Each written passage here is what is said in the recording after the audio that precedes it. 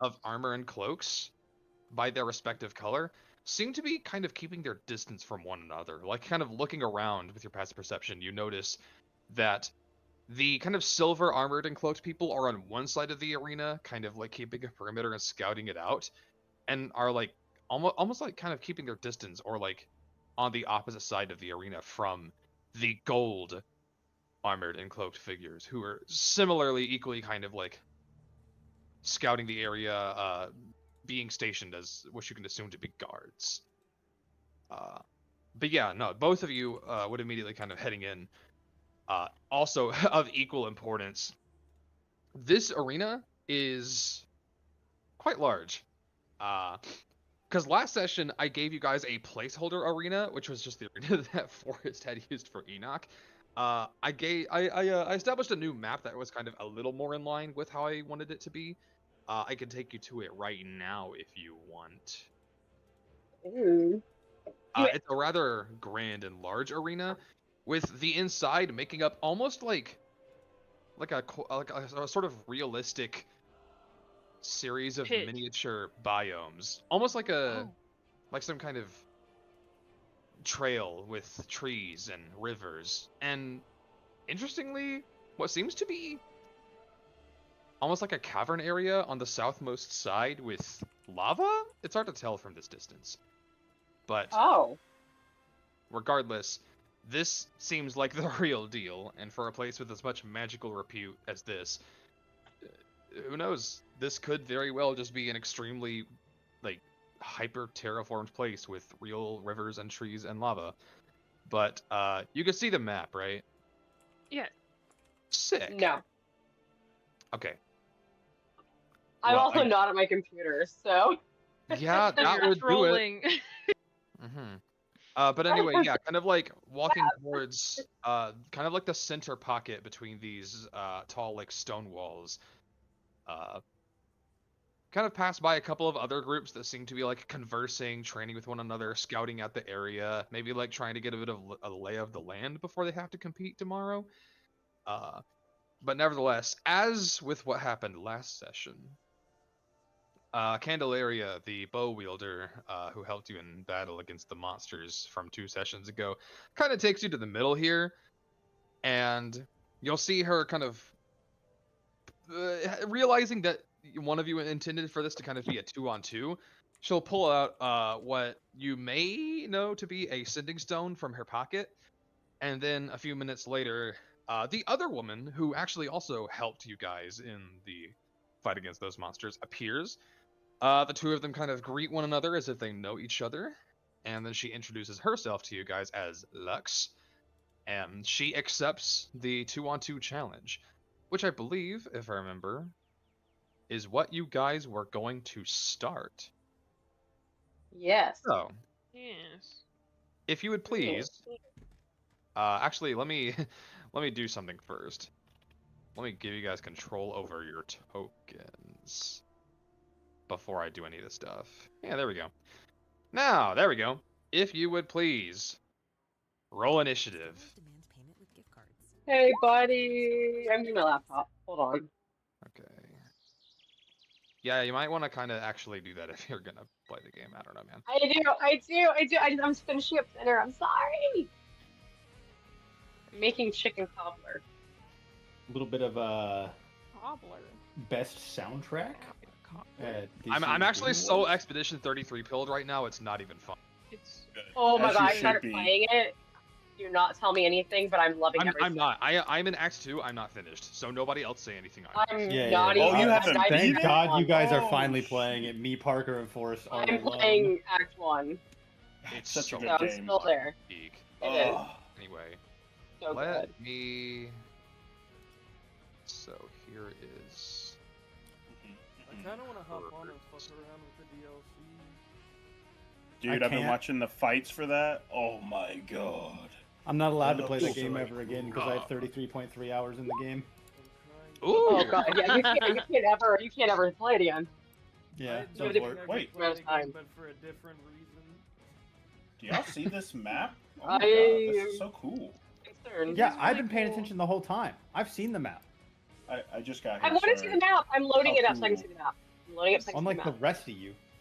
Wow. All You know what, right, Jordan? meanie. Kill them Wow. both. What do you in the know? end. I did just realize that this is just a mishmash of biomes, and that's actually fire. Yeah. Thanks. Yeah, And Jordan, by that I mean I'm getting Forrest thanks is going, to the "All right, person who and actually designed Copy. that. No. Yes, whoever made it, cool. But you chose it. Good That's true. choice. This is just kind of like the most similar to what I knew I wanted the actual arena to go for. Because Nah, at cool. first, like the first one was just a placeholder because I was like, I need this to be grander. It's Avashi Academy for crying out loud. But yeah, It's a very Nikki, cool whenever Mage you're Academy arena. in, It tracks. Holy shit! What is this map? Oh my god. all right, so the only place you guys need to worry about is the smack dab middle. All of your tokens are, because there's multiple groups kind of across this map, kind of like conversing, training, scouting at the area. But you guys have your little pocket here in the middle. Okay, I'm rolling initiative right now. Neat. Nice. With that, Candelaria goes first. So she is going to. Let's see here. She already has her dragon spirit summoned. So what she is going to do is she is going to bust out her measuring tool. Okay. She thinks. Because she is a ranger, she has enhanced movement speed, so she is going to. You're gonna watch as she kind of takes this bow off of her back, and she is going to run straight up to you, Aestus. And as she does, she's gonna kind of like pull the string like into her bow, like away from herself, and the bow is going to fold like outward and straighten, and it is going to become a twin blade as she Oh runs up and shit! makes 2 swings at you. The first being with up close and personal. I believe a 14 misses you. I'm pretty sure 14 misses. Let me double check so I'm not lying to you. Oh yes, oh my god, that does miss. Okay. And then the second one is going to be a 22 to hit. 22 does hit him. Nice. You take 6 slashing damage, Okay. and you have disadvantage on the next attack roll you make before the start of Candelaria's next turn. Hey, really As quick, a- Jordan, I just want to make sure. I would have fully healed, right? Yeah, you should be at full HP right now. Okay.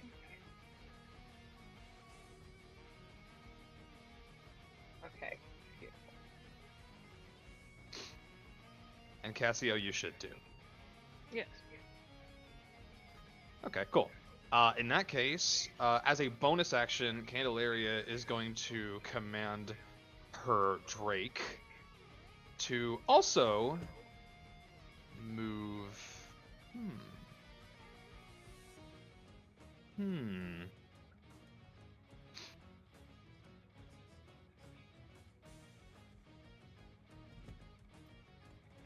The Drake is just going to dash and get right here. And then Aestus, actually, who has the higher Aestus, what's your dexterity? Dexterity for me. I am. Oh yeah. My dexterity is a 16. Cassio, I'm fairly certain yours is higher than that, right? Yeah, it is. Okay, so actually it's Cassio's turn. My turn. Yes. Your turn. Okay. Was all she did was move closer to Aestus? I was reading. She swung at Aestus twice and hit once. All right. And then her dragon moved to get to the other side of Aestus. Okay. I would like to use. Let me read this.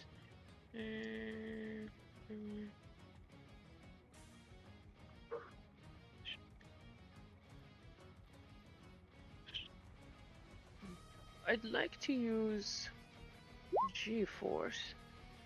Well, okay, I'm gonna move forward first. Yeah, I'm gonna move G-Force a will little apply bit- on the first hit that you make. Yes.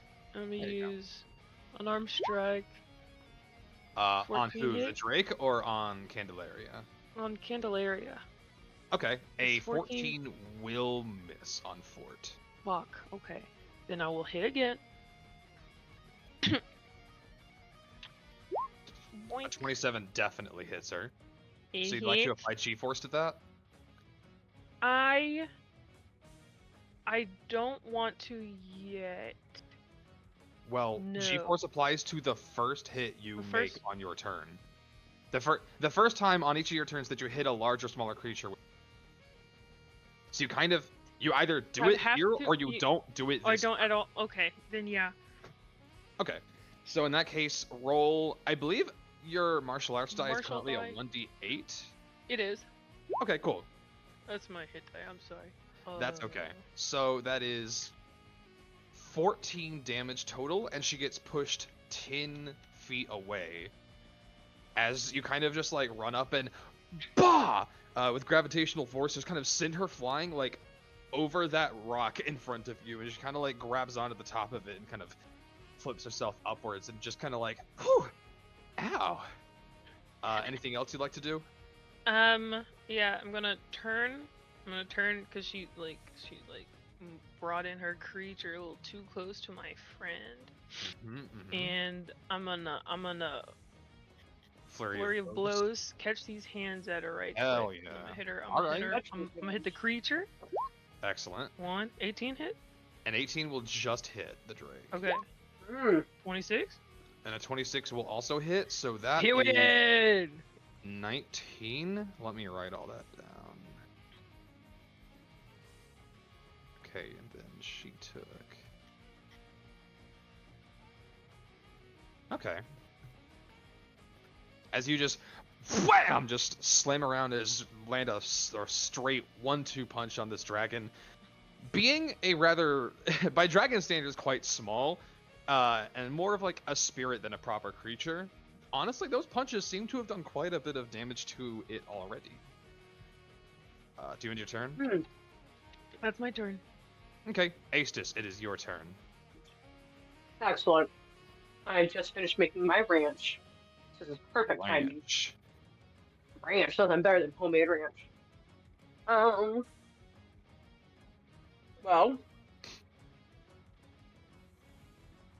I'm not gonna lie. She's kind of far away from me now. I'm gonna go for what's right next to me, which is her Okay, really. I'm going for the dragon.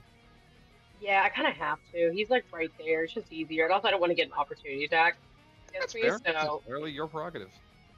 Go So then. she's gonna try to slice twice at him. Those will both hit and deal 16. Okay. As you just make a quick cross slash formation, this dragon you see like this almost like kind of ether kind of just begins spurting and leaking out like viscera, as you have immediately, just between the two of you in one turn, bloodied this dragon spirit already, as it just kind of recoils and Oh, I feel bad. I do We're too. sparring. I We're just sparring. love This is it. a serious fight. It's not a serious Like, fight. It'll listen, like pop as off. Ace It'll like does this. it'll pop away when it dies, right? Yeah, I hope so. Yeah. it's a Well, summon. as Ace like does this, she kind of like looks back at this Candelaria, and she's like, Uncompromising energy. and she looks like vaguely apologetic in a weird way, because she actually does feel kind of bad. It's like this is not her true enemy. That's completely fair. Do you end your turn, or would you like to use a bonus action for? No, I think I'm gonna save my stuff for later. So I'm gonna say that is it for right now. Okay. Let's see here. Let's see.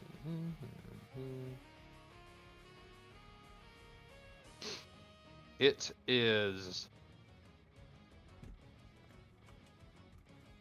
Lux's turn. As Aestus, you're gonna kind of like look back apologetically as you just do a number on Candelaria's dragon summon, and she's just gonna go, "Don't you get distracted now," as Lux is going to run forward 5, 10, 15, 20, 25, and Actually, no, she'll be back here. And she is going to kind of unfurl, and you're going to watch like almost like a bit of dark matter kind of begin to generate at her 4 fingertips as she is going to cast Axion Bolt at 4th level. So that is Holy shit! What? 4th level? This was The- unnecessary. 4, 5. They want to win more than you, bro. So this is going to be. I'm going to make these attacks one at a time, and at each time I'll announce who they're against. This first one's going to be against Cassio, and then against Aestus, and then against Cassio, and then against Aestus, and then against Cassio. Okay, so Cassio, assuming that a 24 and a natural 20 hit, you take 12 force damage, and your speed is halved. Aestus does a 16 hit. It does not hit. Okay, then you take 5 force damage and your speed is halved. Okay, also, I completely forgot about this, but we do need to impose it. I was supposed to have disadvantage on my last, and I completely forgot, to be honest with you, until just now. So I do have disadvantage if... No, you're good. Just roll that attack one more time to see if it would have changed the result of the first strike. Okay. No, you're good. Yeah. I could have... yeah. I Can I totally deflect forgot to like this missile? now. Okay, No, it probably still hits- wouldn't have the mattered timeline, anyway. the timeline is intact. We're good. Headline is intact. And you said how much damage I take? 5? Yes, you take 5 force, and Cassio takes 12 force. And both of you have your movement speed halved until the end of your next turns. Okay. Can I deflect attack on that? That's a bolt, right? Yeah, because if I remember correctly, the Monk 2024 shit just is against It any attack updated. rolls, not specifically like weapon attack. Yes. Yeah, it changed to deflect attacks. Yeah, in that case, by all means, that means you took. I guess you could deflect the first attack if you want. So Yeah. what's the number on that? Here. It's in chat. Oh, cool. Of melee or ranged attacks that deal bludgeoning, piercing, or slashing damage. Okay, so it dealt force damage, not bludgeoning, piercing, or slashing. But if I remember correctly, at some higher level, there is a change where it lets you reflect any damage type. I just don't remember what level. Who am I kidding? Let me find it. So you know you with the knowledge. First attacks. Okay, it's level 13, deflect energy. Okay, in that case, no. Unfortunately, you cannot apply that to Yo, this. send me that right quick. Well, it's the monk It's in class. I It's got listed. it. I got it. Okay. Yep. Thank you. All right. In that case, that is going to end Lux's turn, and it is back to Candelaria, who kind of like being on top of this rock now. She is going to kind of grab the middle of her twin blade, and she is going to you're gonna like tuck her finger under a string that seems to be kind of folded into the handle of the blade, and she's gonna like pop it back out, and it's gonna turn into a bow again, as she is going to make one attack each at you, Cassio, and you, Aestus, as she enjoys the view. That first one against Cassio, the second one against Aestus. And Cassio, because this is piercing damage, you can Deflect it. deflect attacks this one. Yes. Yes. Yee. So it's a It's a D10 plus dexterity plus your monk level, which I believe means that you just completely reduce this no matter what, because you're even without the die roll, your dexterity modifier plus your monk level are higher than 10 total. So Yeah. you reduce the damage to 0. It is up to you if you want to spend a key point to redirect the attack. I would like to do that. Okay. So you can force, honestly, any one of your 3 enemies to make a dexterity saving throw or take 2d8 piercing damage. Who would you like to target? Could you remind me of these two's class again, please? Lux is a wizard, Candelaria is a ranger. Okay. Or so I'd their like- abilities have proven. I'd like to redirect it to the magic type. Okay. In that case, she is going to fail that. So roll 2d8 for me. I gotcha. 2d8. There we go. 11. As Candelaria fires this arrow, and you just catch it and spin it, and just and it embeds itself into Lux's shoulder as Candelaria goes, "Fuck! Oh, Sorry." Ooh. That's so funny. Cassio, it is actually no. She's going to spend a bonus action to command her Drake to attack you, Cassio. So the Drake is going to, now that it actually is within range of somebody, make a bite attack. I believe a 15 misses you. It misses. Okay, in that case, Cassio, now it is your turn. No, it's my turn. Now it's yours. No, it's my turn. Now it's your turn. Yours. Next, it's your turn. Young Midori. Anyway, go ahead. What would you like? That was really good. Um.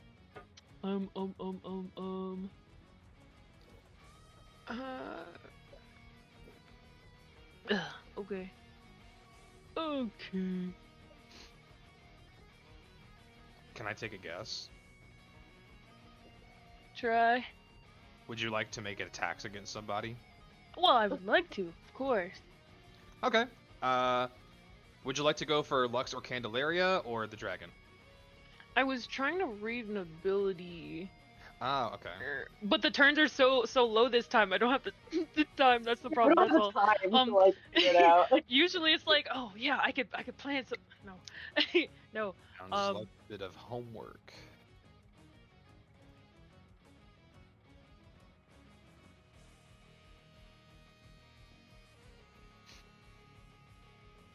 So you got any ideas? A or- key empowered strike. Oh, of course. Put enchant engine against the magic user. Okay. So are you saying you would like to run up to her and attack her? Yeah, I'm going to move. I'm gonna move. Let me get up here. You absolutely can do that, but I will say, unless you use Step of the Wind, that will provoke an opportunity attack from the dragon. It's entirely your prerogative, though. Close. You can just eat it. Okay, so you're gonna let him. Let me. strike? Let me Step of the Wind. Actually, I don't need Yeah. the numbers. Yeah, that's good. So yeah, for your Dash. bonus action, you Step of the Wind, so you don't provoke an attack of opportunity. Lux, Mhm. and you can use your action to attack her. Yes. Aim for the face. Okay, a 25. 25 will indeed hit. Let's see here. Quick and shit. Okay. Okay. I will say, in response to the first attack, Yes.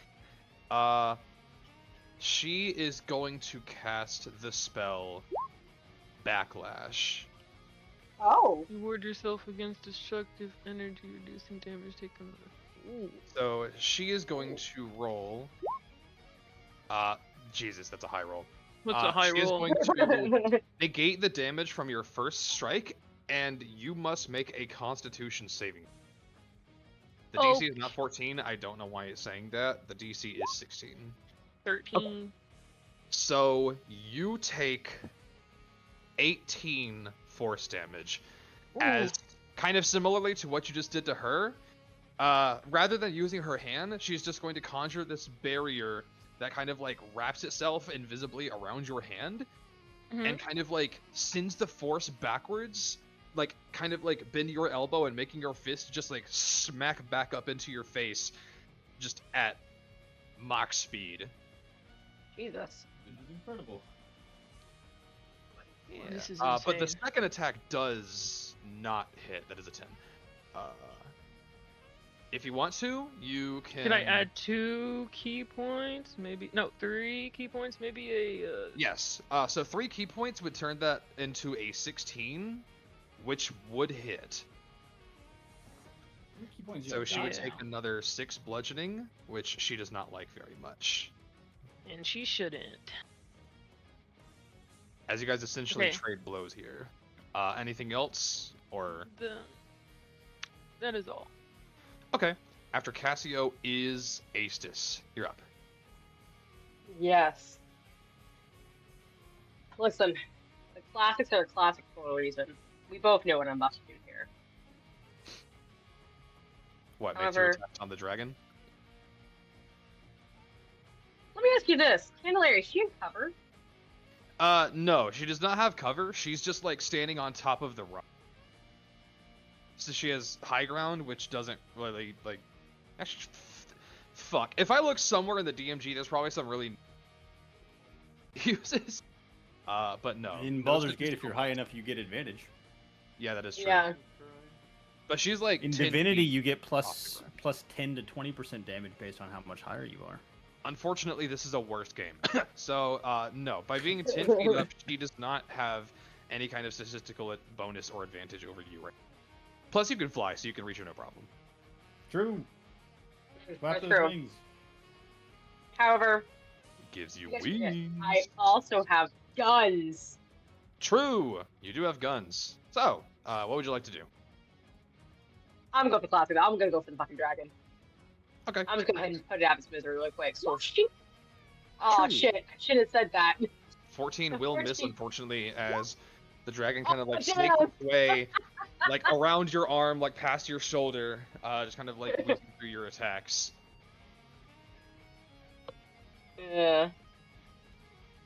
I don't know. Maybe you've got a soft spot for it or something, or just the dice. Yeah. Asia was kind of like looking at Candelaria. She's like slicing and dicing, and she definitely like swings wide, and like her cheeks kind of redden a little bit because like she does blush, but it looks like almost like red hot embers, like of embarrassment. She's like, I'm a way better fighter than this. And she kind of like shakes her head and focuses fully on the dragon. She's like, gonna grin hard and go like, "Better not be taking pity on us because we're freshmen." She kind of looks back and goes, "Sweetheart, I would never think to do something like that to you." Alrighty. Does that end your turn, or would you like to action surge or use any like bonus action? You know what? Fuck it. Let's go ahead and do it. Yeah. What you're not tanking. Yeah. What? So... Don't worry about it. So that is 2 more attacks, should you feel so inclined. Yeah. Let's see. Where is it? There's something in here for that. Where is it? I can. Oh, there it is. Action surge. Jesus. Yeah. Yeah. So I'm gonna do that. There we go. And she's gonna go ahead and try and slice twice again. Okay, 27 definitely hits, and an 18 also just hits. And that will be enough. As Candelaria's dragon spirit just into the aether and just kind of like disappears into almost like a puff of blue mist. Yeah, and she kind of winks back at Candelaria as like, see? Hilarious. Okay, let's see here. So it is... Well, I'll go ahead and take Buddy off the board. Goodbye, Pisces. So does that end your turn? That now does not end my turn because she is actually going to move. Okay. And she's going to fly. I know I only have half movement, but she's going to fly 25 feet up in the air. I think you're back to full movement because you've taken a turn since then. I have. She's still going to fly 25 feet. She's going to be 50 feet in the air. Okay. She's going to take 25 So you're going to fly up 25 feet? Just like how high upwards? is her? How high is she? She's 10 feet off the ground? She's on a 10-foot tall rock. So do you want to fly up to her, or are you just flying like directly up? Flying up and then over just a little bit, maybe. Okay. Like she's kind of like not quite within like melee range, but she's above her. Okay. Let's see here. Lux is going to move right here. Honestly, hold up. Fuck it. You get the point of what I'm getting at here. And she's gonna kind of like just press both of her hands out to Cassio and go, I don't like what you just did! And she is going to cast Lightning Bolt in a line targeting Aestus and you, Cassio. I need you both to make me DC 16 dexterity saves. Oh, Lord. Oh, I got 21! 27. Nice. You both succeed, and Cassio, you have evasion, so you take no damage. So None Aestus, damage. you take 13 lightning damage. Okay. As you just hear a resounding kind of echo through the stadium. Oh, fancy. And that is going to end her turn. Yeah. Up next is Candelaria, who is going to once again take her bowblade and aim it at you, Aestus. Okay. So this is going to be 2 instances of enjoying the view. Does a 17 hit? Who, me? Yeah, you. Nah, dog. Okay. Does a 21 hit though? Oh yeah, that one hits. That one definitely hits. Sick. You take 6 piercing damage, and your speed is reduced by 10 feet until the start of your next turn. Okay. That's fair. I don't like it, but that's fair. And let's see here. Actually, no, I can't take these back. She's that. Let's see if she has any other bonus actions.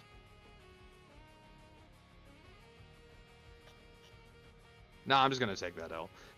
Yeah, that'll end her turn. There, Cassio, it's your turn. I have a question. What's good? Could I cast darkness with this? Yeah. You can I'd cast like the to darkness spell cast 3 times darkness. straight, requiring no material components, and regain the ability to. Magical darkness spreads from a point you choose within range to fill a 15-foot radius sphere for the duration.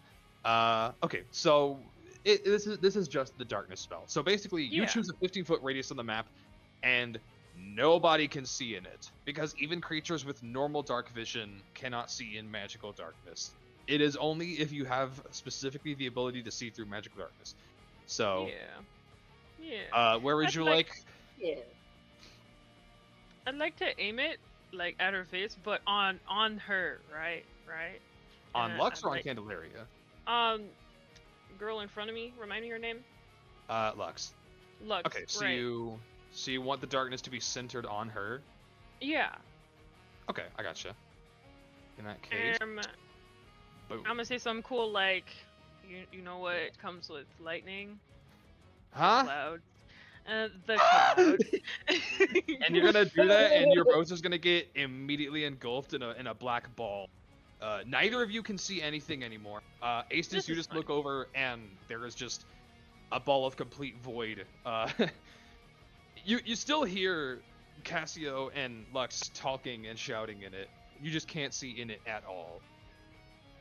and then a flurry of blows, and then hit her. I I'm will gonna hit say, her while she's still right there. so I was gonna It's say a disadvantage, wanna- isn't it? Yes. So you and Yeah, Lux yeah. both have disadvantage on each other, and also can't. Honestly, it kind of benefits you more because now she is completely unable to use spells that require line of sight. That's what I thought. This is true, yes. So go ahead and roll that attack one more time, and we'll count it as the lower roll. Yeah, that's fine. 22 hits, and then go ahead and roll one more time with disadvantage for your second second flurry. Yep. So a 14 will just miss, but the 22 will hit, Okay. as she takes 10 bludgeoning, as you just hear, "Ow!" I get it. Nearly half of all used cars And then I'm gonna back on up. Okay. Actually, I need to You guys check did it. the darkness sprung off ones. If the point you choose is on an object you're holding, or at least one that is moving. Okay, I gotcha. In that case, Let me just...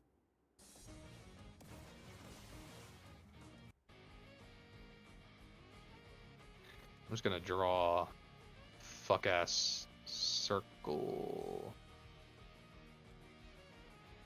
There we go. Thank you for your time. There we go. Okay, so does that end your turn? That ends my turn. Nice. Aestus, it is your turn. It's very strange that like the combat's so like short, basically, it's throwing me for I know. a loop. Because Yeah, usually I have like, it's almost like only a in- quarter of the party is here or something. I know, it's just really strange. She You're is going welcome, to. question mark? You'll be good, be good. She's going to use first the Ion Cannon against. Oh, nat 20. Damn! Okay, yeah, that'll do it. Oh, yeah. That is plus 9 radiant. Nice. So she is going to take that much, which she does not like. As you just, she like just grabs like her arm under the shoulder where like it burned into, because she's not gonna fix her hand right on that. Yeah, and then she's gonna really quick, Jordan. Does she look bloody? No. She's taking a bit of damage, but like she's on the tougher side actually. Okay.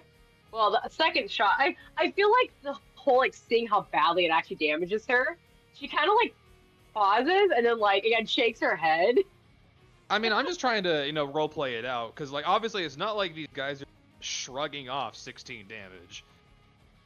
Like they feel it is all I'm trying to say. Yeah. I'm feeling it, Mr. Krabs. I mean, I'm sure like you felt all the damage you were feeling so far. So yeah. I am. A 12 will unfortunately miss them. Yeah. No, absolutely. Anything else you'd like to do on your turn? Actually, yes. Oh, okay. I'd like to use a bonus action for second wind. Alrighty. Get some HP back.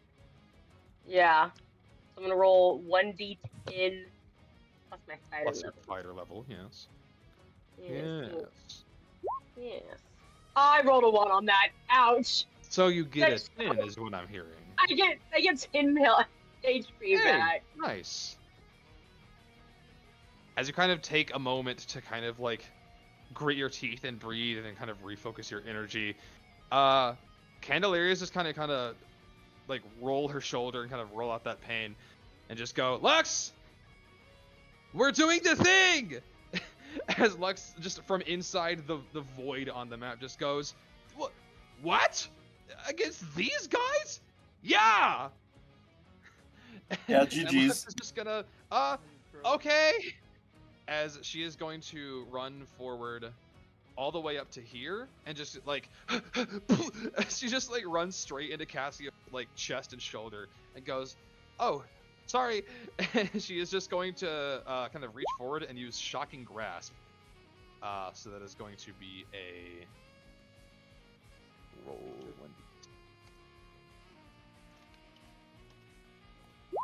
1 + 8. Cassio, does a 19 hit you?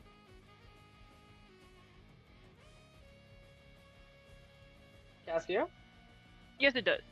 Okay. You take 11 lightning damage. Okay. And then, kind of like as you back up and kind of like stumble from that attack, Lux is gonna go, okay, I'm ready.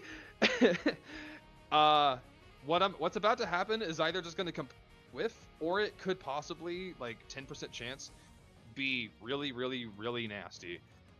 So Candelaria is gonna go, all right, as she is going to once again take her bow and she is going to flick the string forward, and it is going to become a twin blade again.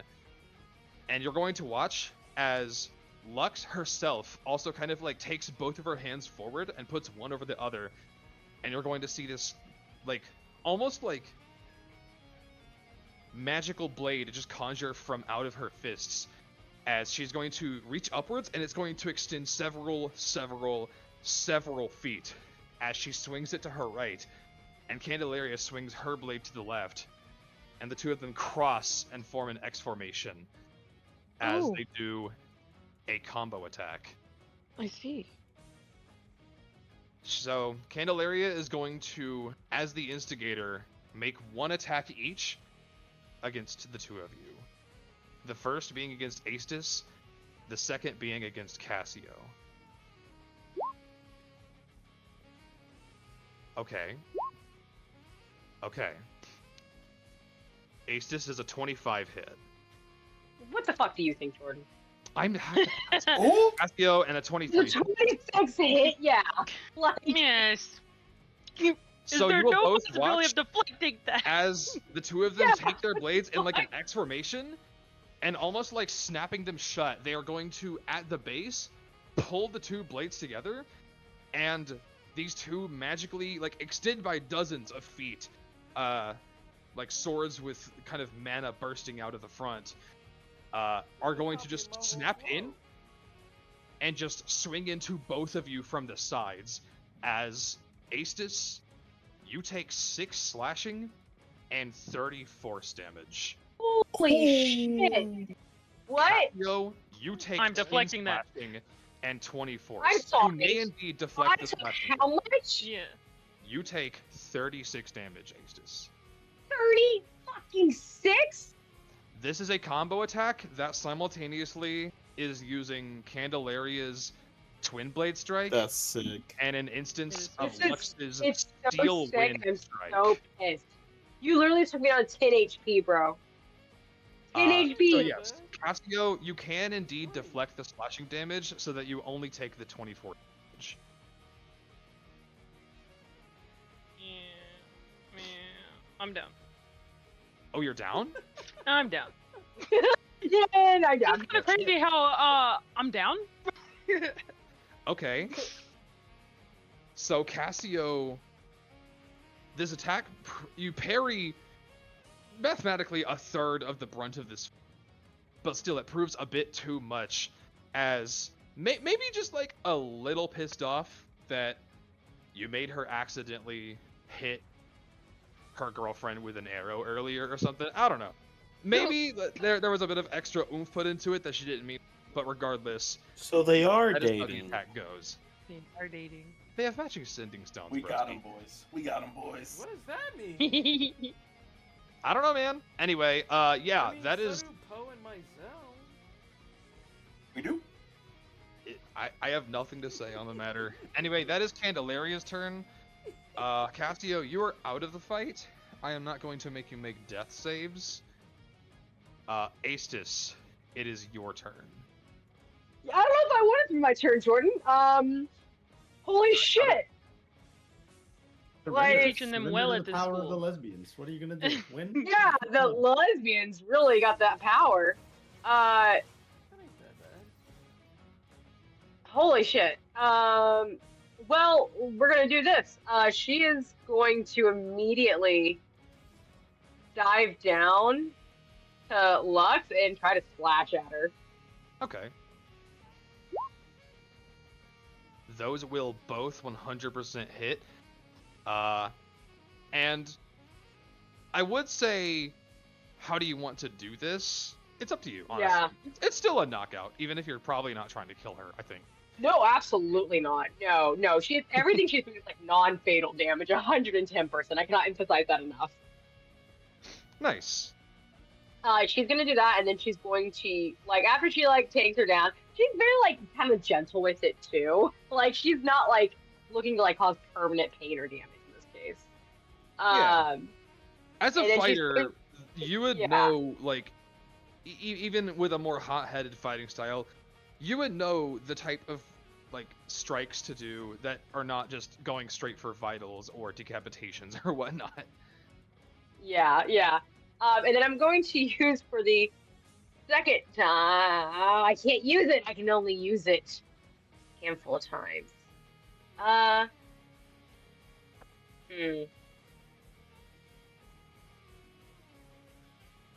No. That's a bonus action. Damn.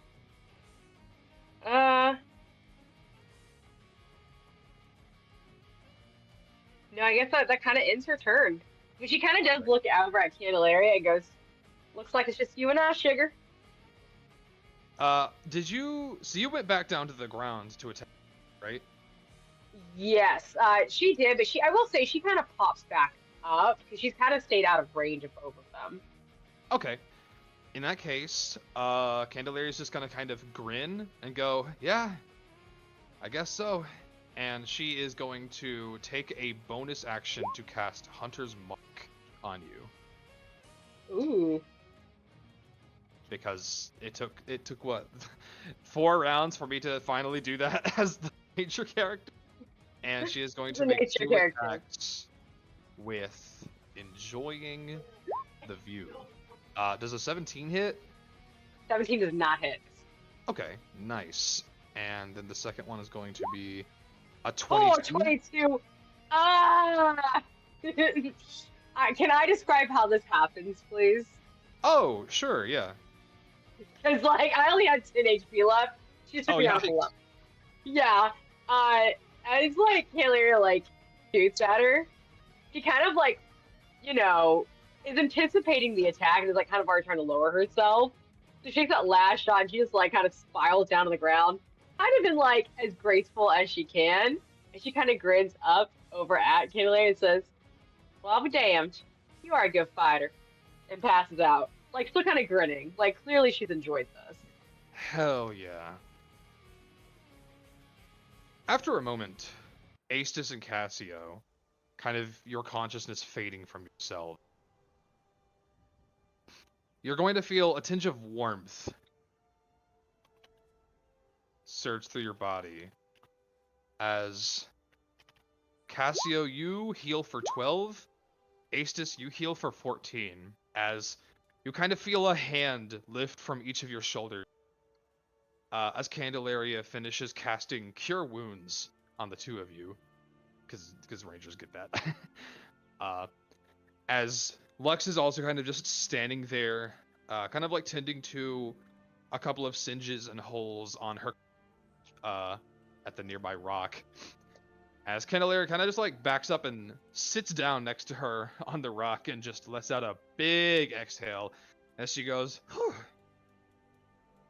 Normally I'm like I'm gonna win all the time no matter what type of person, but for a second there, I honestly didn't think I was gonna get you." I mean, hell, you got some good power to you. Can I see that weapon? Thanks. That was crazy. She'll toss her bow blade over to you. It's currently in bow configuration. Kind of looking at it, it almost looks to be made of like some kind of carbon fiber material. And like the edges of the bow were like, you know, like on a bow where you like grab the middle of it and there's like the usually like wooden or some other materials that kind of extends to the point that holds the 2 ends of the string. Those are on this bow bladed. So like it kind of makes sense to where you would see the point where you hold the bow, like when you're ready to fire an arrow, where that would become the handle for the twin blade when it folds back to being a bit of a more straight shape. Oh. Yeah, she kind of like plays with it a little bit, turns it around a few times, and then kind of hands it back over to her. Where the hell did you get this thing? It's neat as heck. Kind of looks over at Lux. We kind of made it together. You made a baby? Yeah. I don't know, it was a little passion project of ours. There's not a lot of stuff that we get to work on together because our skill sets are so different. So it's Lux kind of pipes up and goes, "It's something I wanted, you know?" That's so cool. But how Thanks. low did you get?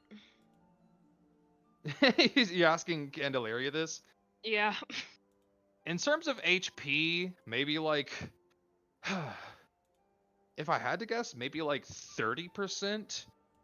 That's a good number, I think. 30-ish%, I'll say. Wasn't even half of her power. Oh no, that's like what she was at. Oh, okay. I just do something real quick on you. You know the meme of like the guy pointing at him, huh? She does that. I She love like that points at image. herself and like cocks her head to the side. And like she kind of like Ace just kind of looks at her and then like realizes like what her words are, and she kind of freezes and like again her cheeks kind of go like that bright like ember glow red, and she goes, "Wait, no, I didn't mean it like that. I meant oh, that came out real wrong." No, I mean like, were you asking me that? Yes, I'm asking you that. Okay, what? Just what its gang and future power level is. That's all. Oh, yeah, sure, whatever that means. And she's Lux gonna kind of like- like leans over to Candelaria, because you're asking Candelaria. Yeah. Lux kind of leans over to Candelaria and goes, I think they're making some kind of lizard sphere reference. I just realized their Did they names are just both hear that? Light, and that's so cute. Oh my god, I didn't realize that. That's so cute. You're right. cute. Oh my The god, they're thing such a cute continues. couple. Oh, Ah! You did that You're on welcome, purpose, Jordan. guys. that is adorable, Jordan. Jordan is adorable. Why'd you use these two cute NPCs that I am fully convinced are probably gonna die in a horrific way because Sidious traumatized me. Who do So you deeply think that they who do you formed think my I soul. am? Who do you think I am? The You're DM. right. The Alright, DM, let me you're just right. calculate real quick. That's short for Yeah. calculator, by the way. So yeah, she kind of like blinks her eye, and like for the first time, like I would assume actually her eye kind of lights up, and it becomes clear that it's not her real eye, probably in that moment, as she like scans her, and she uses the Get Yankee scanner. I gotcha. So this I mean, is... I like to click the thingy. It makes me happy. Hee hee. Hee hee. Okay. Hee hee. Hell yeah. I like how it rolls like what I perceive when it's just like a tool. I need to probably fix that. I should fix Okay. that. You're gonna kind of like see a number begin to dial and change and register in your peripheral, and it is going to read 4,428. What? It's over 3,000. 1,000! Yeah. And she kind of like cocks her head and like then leans forward just a little bit, and like she is very curious because Kalor was at like what was it, 6 or 7 or something like that, right? Huh? I think so. Yeah. I don't remember the last time you checked your own power level. Oh, Kalor. My Yeah, fault. Kalor. Actually, Aces has never once thought to check her own power level. She has never considered this as an option. Do I? Shit, what did I say?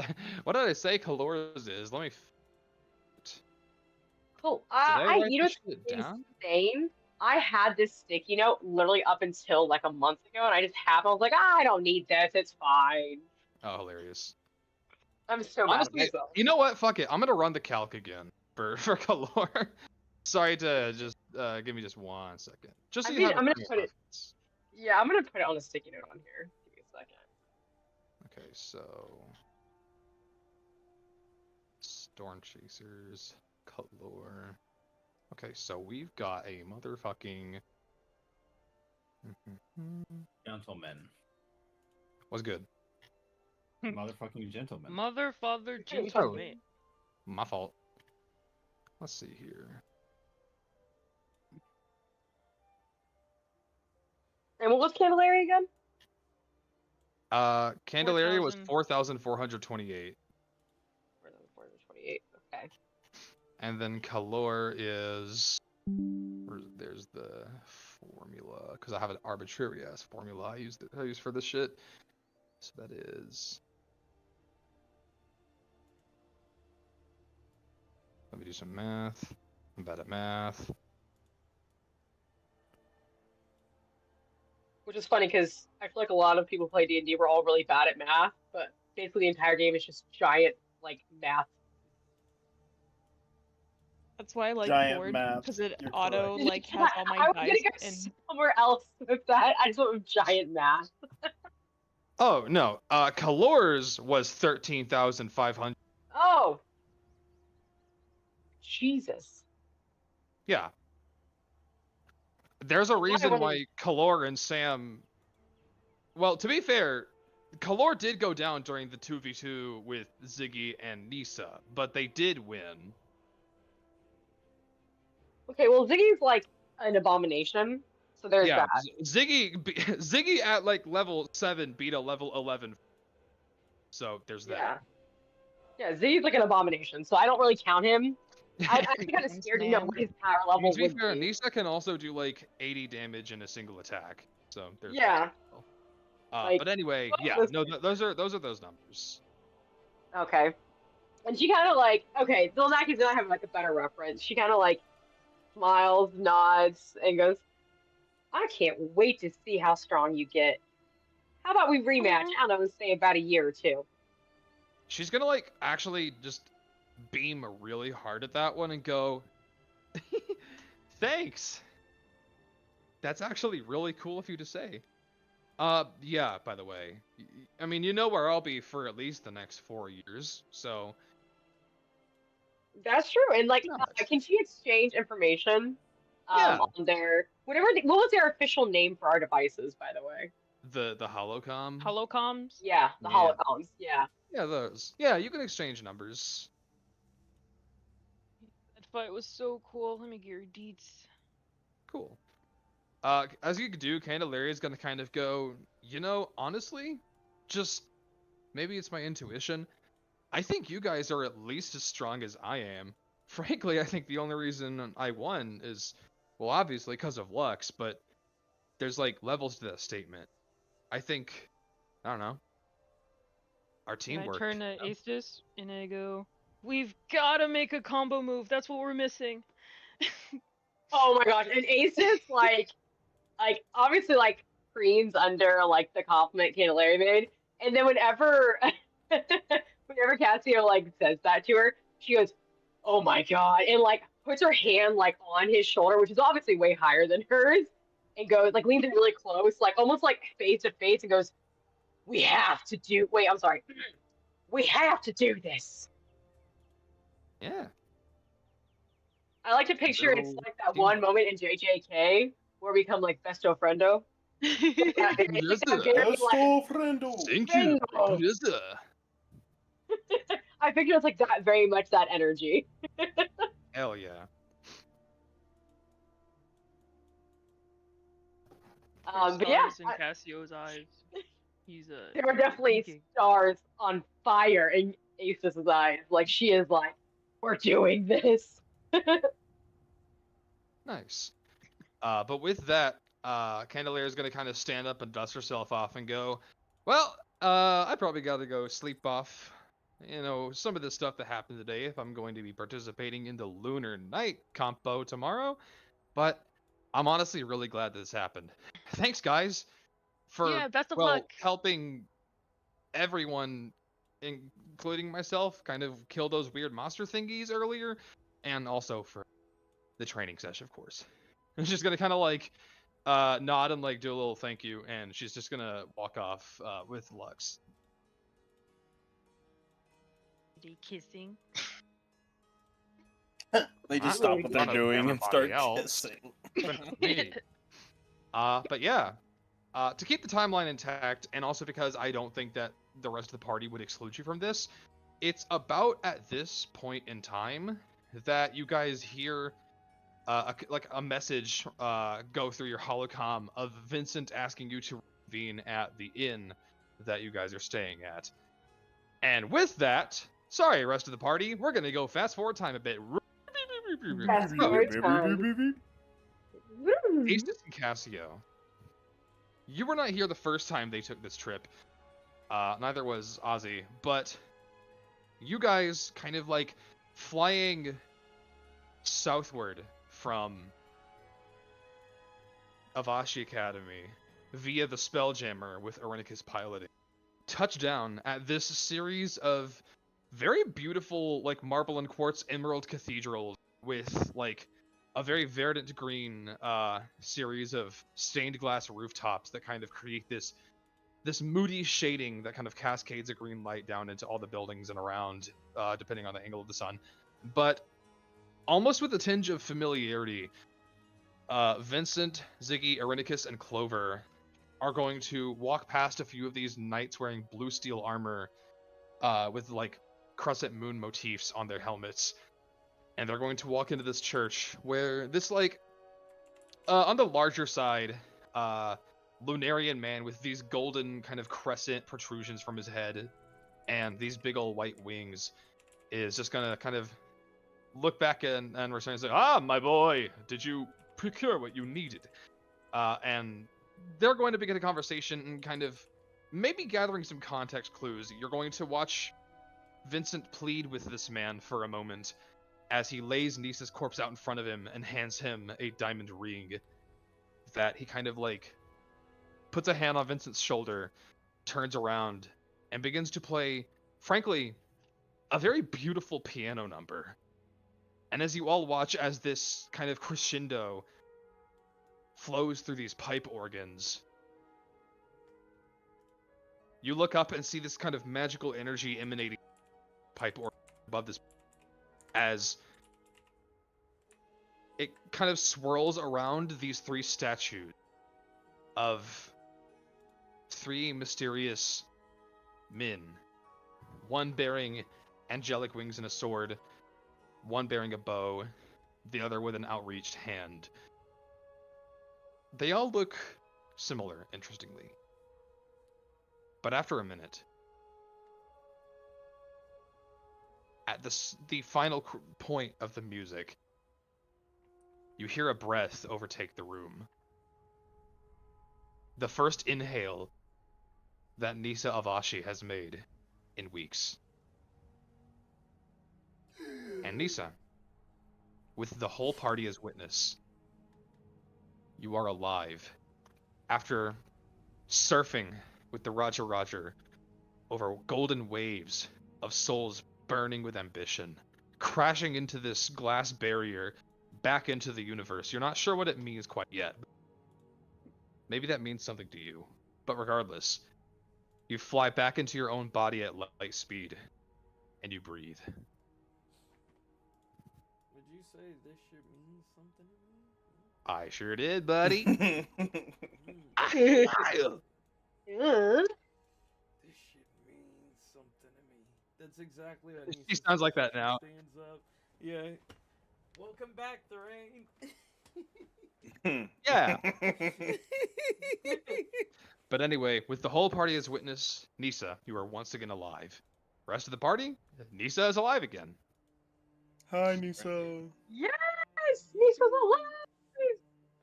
Can't wait for her to kill herself again. Fog. Yeah, and for context, Nisa, you are at 1 HP, and you have, I believe, a -4 to all D20 rolls that will get reduced by 1 for each day you rest. I thought you said 3. It don't matter, though. It do not I need to matter. check Resurrection. Let me... It do not matter. I am a savage. The dream catchers What's are reason? all back again. It is a -4. I checked the raised dead rules. But yes, the 9 of you are all together. Forrest, you have 2 characters now. Are we all Make present? That's fine. I We're all executed present, on yes. those like we all planned. Change this the will- map. I think this will fundamentally. Oh my reset god! my I'm character. so sorry, I didn't even think about that. I totally thought I moved the map. No, you guys are Change here the now. map. I'm up! Okay, you should all... I thought I Turn the changed it by default. slab. You guys are all here now. You should be able to see all yourselves. Hey, you gave him a token. Hell yeah. I did. I was like, I'm kind of tired of not giving this guy a token. I'm just gonna make a picker with him. Oh, Why does shout he out. look like shout a out. me? That's just the fucking picker, man. I don't know what to tell you. Vincent taking his arm from around Nisa will turn to everyone and just say, "We're back. We're so back." We? Yes, specifically you. But the whole crew. We're together again.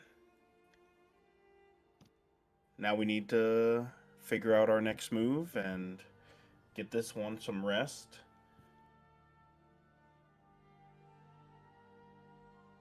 Yeah. Oh shit, Jordan. Huh? Did I? Did you? You know what? We can deal with the consequences of this later. What are you worried about? Oh no! My DM to you 11 days ago or 13. Sorry, 2 weeks ago. Wait a minute. Takeus. Oh, I'm so sorry. Yeah. I cannot. Yeah, believe we can deal with it later. It's not super urgent. Yeah. Okay. I'll deal with it now. No, because he's got to figure out what the answers to those are. Okay, so there are. Did I not? I swear I wrote this shit down. Let me find it. This is where you hit me with the you typed it out in Discord and never sent it. I'm going to kill myself. Don't do that. Don't do that. Actually, this is gonna be so much faster if I just say it. Liam, can I take Yeah. like a kitten chat? Okay. Let's see here. Sorry, guys.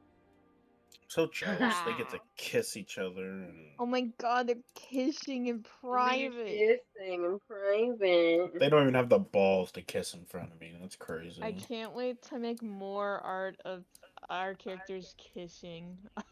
Who would you think would be the first to couple off and kiss? She already made one. Who's going to kiss next? It's who's You kissing next decide. is the question.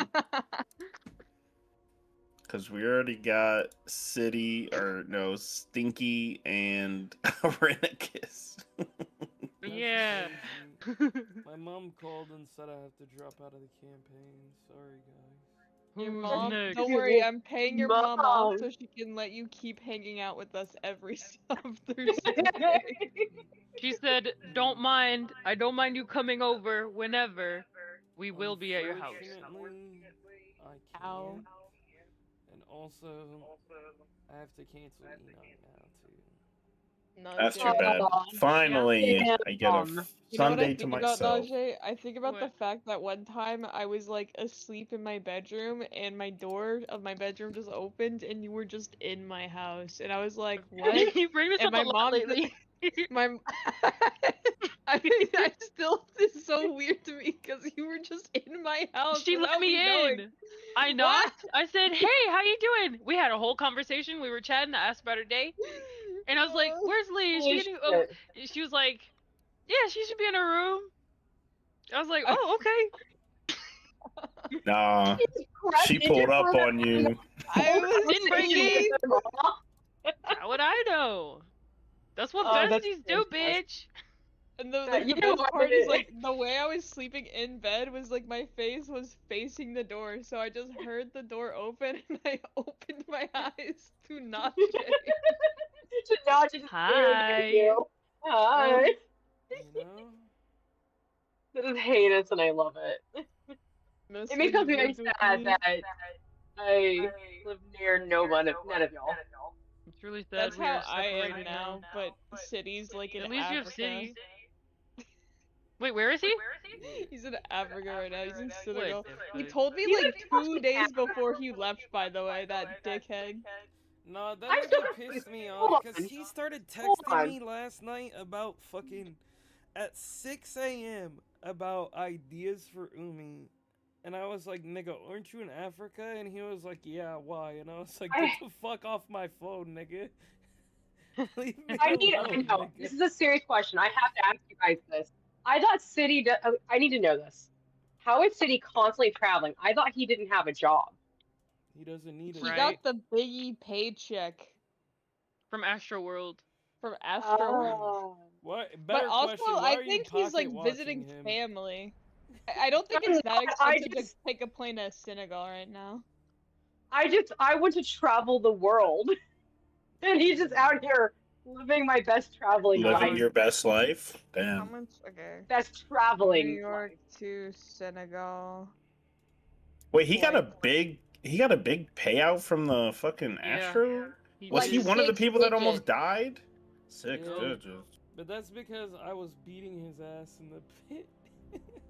Are they giving it to him slowly? Does he have the full 6 digits Damn! now? Wait, no. I gave it to him slowly, alright. Oh, we know you Later, did. It's like a $600 flight. That's not bad. 600. That's not bad. That's what bad. I'm saying. If he I'll drop that right now. Yeah. From New York to there, I was like, yeah. Plus his family's that's there, great. so like, I don't know if his family's like, come, I will pay. That also could be a thing. Cause I'm not gonna lie, 600 for anything. I'm like, hold up, bro. I gotta think. Yeah, I'm like, Your hold bride up. don't mind if I They do. call him the what? 600 from state to state in the United States would be crazy, but you know, Nigga, I am going to back. Sorry Africa. to keep you waiting. Welcome. Hello. Let's get back into the game. Whoop, But yes, whoop. party is whole again. You guys have begun to kind of ruminate over the possible plans you will need to take. Maybe a little bit of itinerary. Up to you guys. You do have some things that you have, some of you at least have said that you plan to do over the next couple of days. But that was also a while ago in real life, so. Well, now that Princess is alive, the wrath of Meridian is no longer necessarily the threat here. So that's good. No more espionage, no more hiding and seeking. We still don't want them to just take us because she's supposed to be on her adventure, but we should be fine. She just needs to put her hood up. But there is still a chance for some of you guys to still be able to participate in the New Year stuff. Kind of going into the evening right now, there doesn't really seem to be much of anything you've heard about. But tomorrow is when the real festivities begin for the beginning of the collegiate semester, with the morning kind of hosting in a couple of different halls in the academy, lectures from like teachers, upcoming teachers, the dean, as well as some like guests from off planet.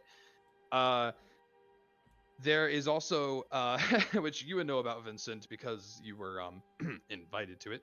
Yeah, I was gonna say Lunar it. Night competition tomorrow at noon. Yeah, Nisa. By the way, the evil of the siblings, Jesse, has challenged me and wants me to fight him at the tournament tomorrow. Just thought you should know that specifically. You know, the super evil one. With your dad not being on planet, by the way, neither is mine. Yeah, chew on that.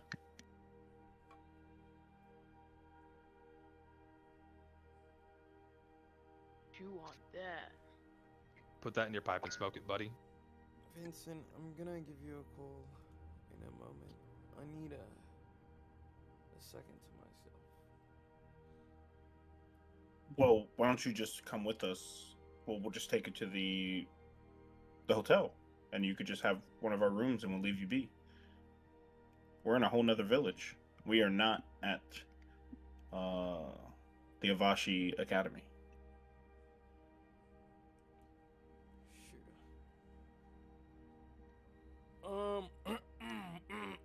Jordan. Was good. You wanna go to the e-kissing chat real Nah, quick? dog, no You're more. kidding. No. All right, what's good?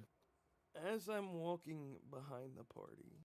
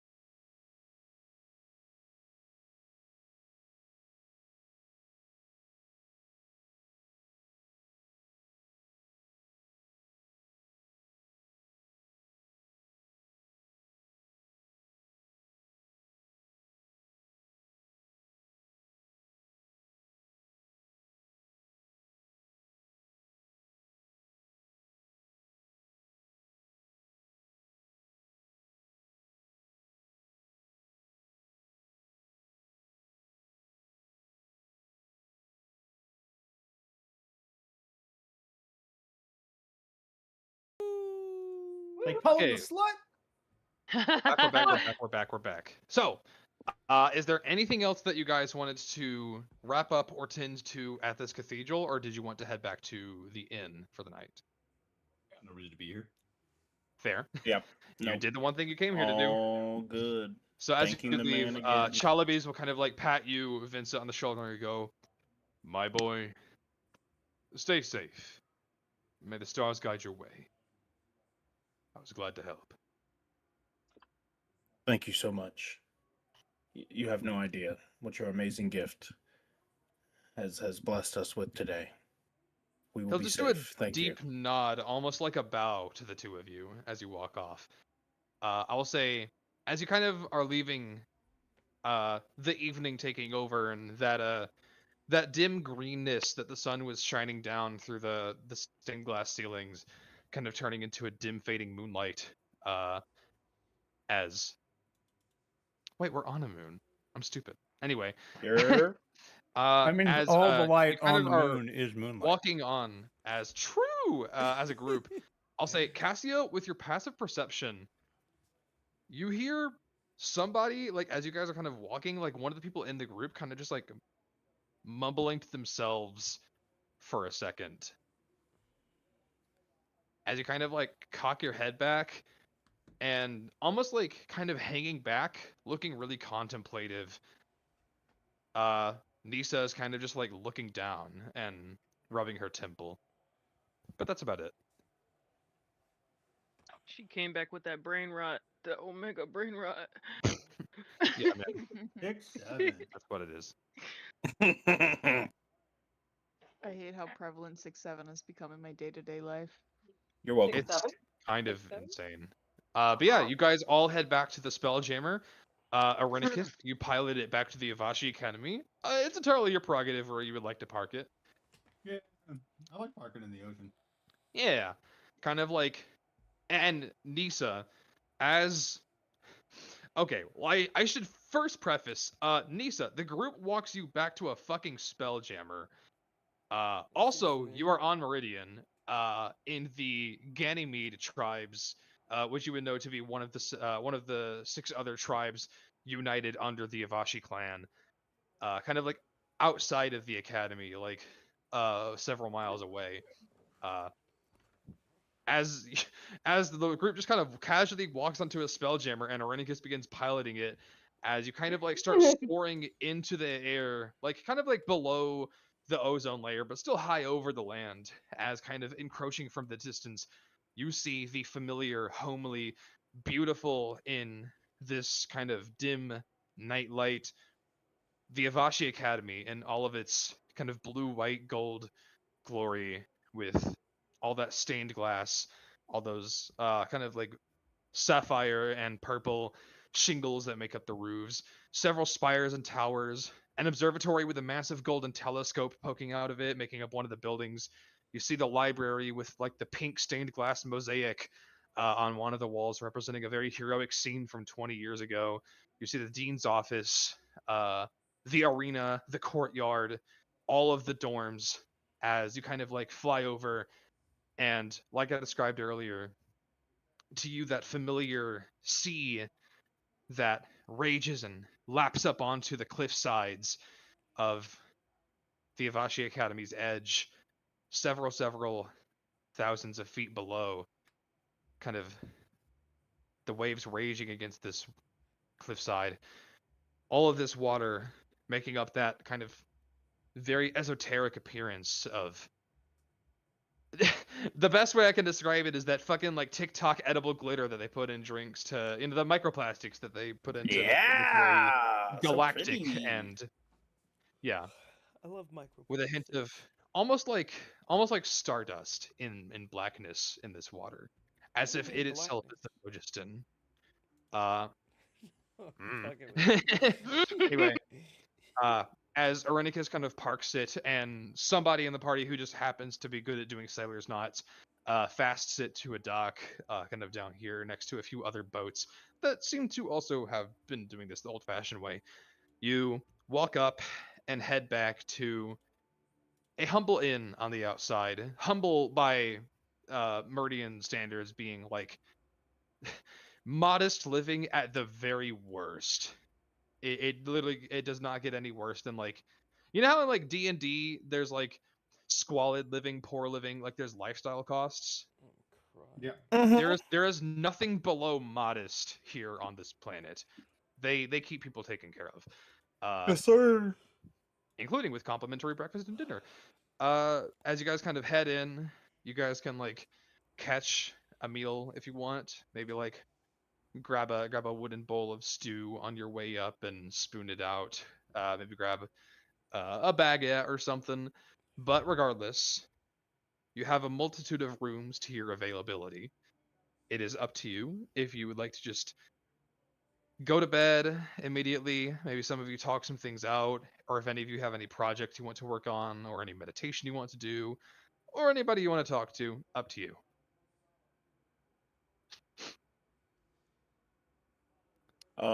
Vincent for sure wants to just get Nisa settled. He'll take her to his room and just like once he gets her in there, just hey, do you want anything to eat? Any drink? Like what can I do for you? I'm sure you're pretty tired. Maybe get some rest.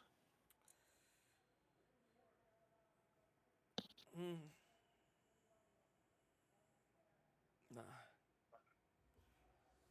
And she'll just pull out her journal, kind of start scribbling into it. Don't worry about me. That's all I can do. But yeah, no, I get it. You probably want to like really have yourself some time. I'll just be right outside if you need anything. And he'll just slowly go to the door, and before he shuts it, he's just gonna kind of watch her for a moment. Vincent. Yep. I'm staying. What was that?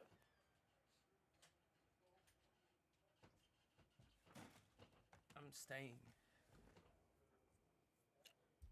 Like in your room? Yeah, that's fine. I'll just bring you whatever you need. No, I Vincent, get it. I'm gonna stay here for a while. He walks back into the room and shuts the door, like on Meridian. Yeah. What about your journey, your dreams? The crew. What do you mean? She does not look up from her journal.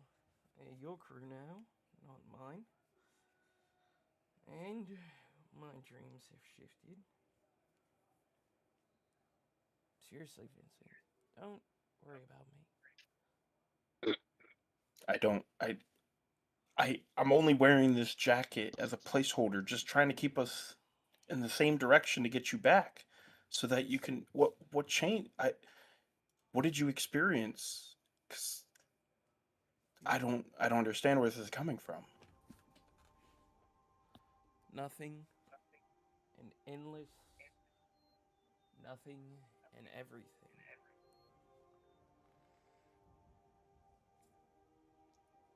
I floated for I don't know how long, thinking about this dream, this goal, this weapon I want to make.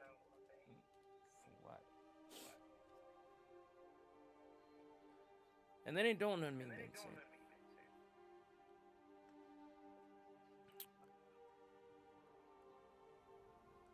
My dream, truly, hasn't been to be some great pirate or to liberate everyone or whatever the fuck. I mean, sure, that'd be grand, but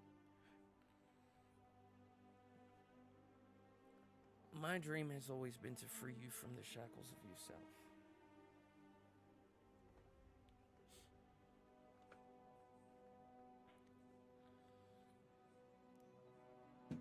You could still fulfill that by being with us. The week it took us to even get here and do what we did, I feel it within me. I think I understand what you may want now, but I think I'm understanding on a deeper level of like what I want. And yes, I know I've drowned that with you in your dreams because even Desna herself is showing me how powerful that dream of yours is. And when But you I know die, that even Desna takes your dream. So I'm back with a new one.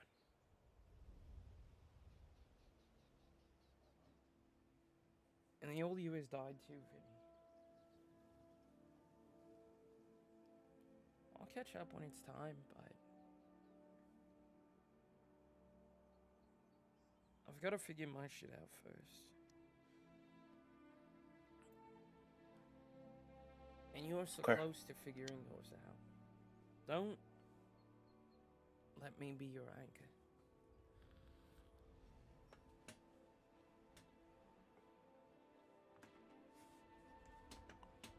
I wish you could have hung around long enough to see that I've made that same realization. I mean, I'm not leaving. Like, I'll be No. here.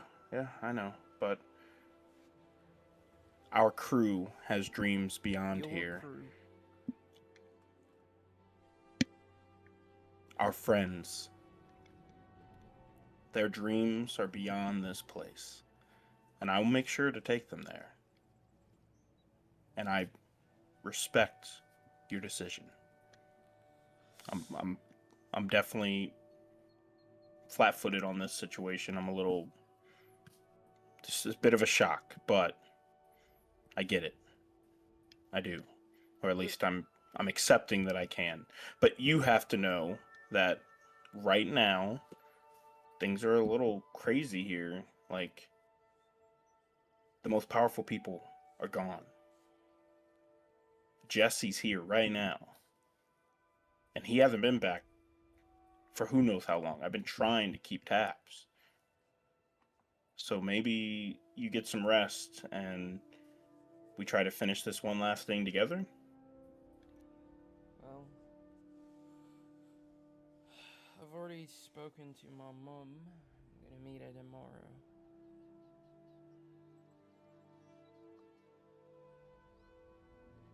Listen, don't think I'm not grateful. Because I am.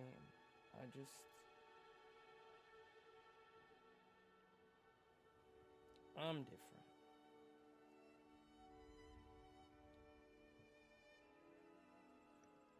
And Vincent will walk up to you and put his hand on your shoulder and just say, "You may be different, but you're still my cousin. I still love you. And no matter who you choose to become now, I support that, and it'll be okay." Good. Sorry to tell you like this. I just didn't want to, steal off tomorrow and leave you hanging. Yeah, I would have had to kill you again if you did that. I'd love to see you try. She's just got scribbling as she raises an eyebrow and says that. All right, not too much of you've changed. Good. All right, I'll leave you be then. You can go walk this off.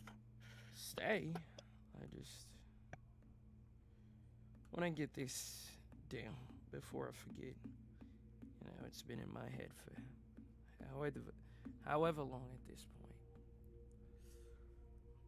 Nah, you're good. You're good. I'll be back later tonight to sleep.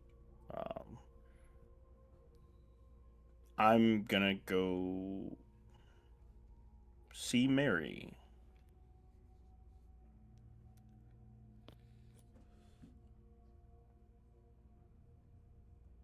And Vincent's gonna leave.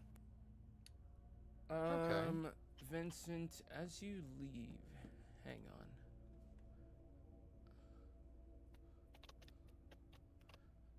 Funny things are happening. Funny things are happening? Very funny things are happening. By funny thing, I mean... Because isn't that also minus more? No. Yes. Yes, it is. Different character. Oh, apologies. Very unsurprising. Like you hear her kind of shifting around as you're opening the door, and as you open it, you see Clover standing there with like a box of flowers that she has very roughly, like very quickly plucked in the space. Can I impose on this scene a bit? Yeah, absolutely. Because I actually also had something planned when that door opened. Yeah, I'm weak. absolutely. Vincent, Sir. you were going to leave Nisa's room, saying that you were going to go see Mary Fitzroy. Mm-hmm. To your left, you kind of hear a sly voice go, "Yeah, I think group leaders are a bit overrated anyway." As immediately before you can catch on to what the hell that was, you just hear a kaboosh! As you immediately to your right, both you and Judy Nazarek kind of just leaning against the door, both turn to your right and see Clover just with a box of flowers just crank a hard 90 degrees like face like from top to bottom onto the floor as she goes, "Damn. You okay?" I was too excited. My apologies. Vincent, I got you these flowers. Congratulations! And she's gonna like on the ground holding this box in front of her, grab the flowers and throw them into the air. Yippee! Holy shit. That's fucking great. Vincent walks past Judy, kind of looking her up and down, like, what the fuck? And then reaches a hand out to help up Clover. Thank you. You are too kind. Yeah, no problem, no problem. Judy, what's up? Kind of look side to side. Look, normally I would beat around the bush on this subject, but I came to tell you to get out. You gotta leave, man. Do you know about tomorrow? Who is this strange lady? Kind of like hard side eyes you at that one. Goes, "We're family, but no, I don't really know what that is a bitch." You hear her begin to start muttering incantations under her breath. All right, Judy. Oh, Judy, she's. It's fine. Clover, yes, this is my sister. She stops casting. Oh, hello. Disintegrate. Stop casting disintegrate. Wouldn't kill me anyway, baby. I'm too True. Don't. She is kind of beefy. Judy will just look at you and go, "That aside, no, I don't know what you're talking about, but look, you told me you were back. Frankly, to this day, I don't know why you did. Besides, even if you didn't, Kelvin ran into your dumbass, crazy-ass friend. He was breaking stuff, running around like a chicken with his head cut off. But I guess it's partially why I'm here. You see Clover hit a side eye. Because he stopped it. Because he intervened. Because he's actually doing Silver Soul and Cape shit now. I mean, it's his job, but like, kind of like scratches her afro. He's a bit different now. Maybe it's because Dad is gone. Maybe it's because the King Regent is gone. Maybe it's because you guys are back. Or something you said to us. I don't know. But Kelvin has changed. After we left, after we failed to stop Nisa, to bring her back here, he cared about this place a bit more. Started actually doing his job. And maybe I did too. Look, what I'm trying to say is, whatever you're back here for, if you're done, you should go before things get worse. Because, it's like I said, Dad is helping the Jotun with some kind of, I don't know, universe-ending threat? I don't know, man. And the Queen is stretched paper thin right now, pulled in every direction, with the absence of the princess, the absence of the king regent. It's just been us and Jesse. And frankly, the Silver Soul has been hard at work, but Jesse has been harder at work. He's... because he can just do whatever he wants, I guess, established a splinter faction. He's been recruiting more people into a sister chapter of the Silver Soul, one that follows different rules. His rules.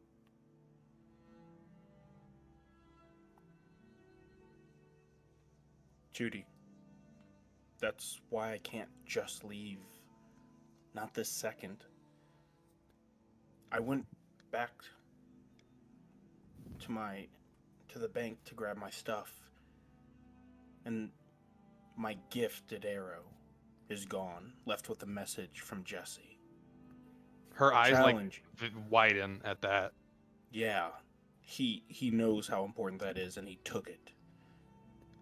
And Judy, I called you because regardless of our issues, regardless of what's happened in the past, you're my sister. And I was on the brink of collapse. And I didn't know who else to reach for. And it just happened. Because no matter what, I still love you guys. I do. It is true. And Vincent is very loving. She kind of like is clearly like tucking her chin to the side and kind of like trying to avoid eye contact. Yeah, I know. I know. And listen, if I was even a smidge more ignorant to certain things, I'd leave right away.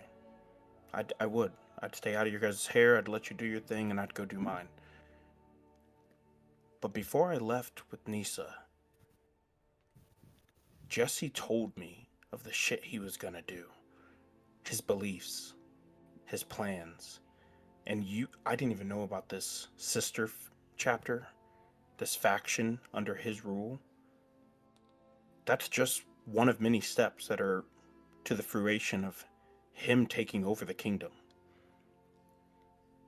He doesn't believe the Avashi should rule.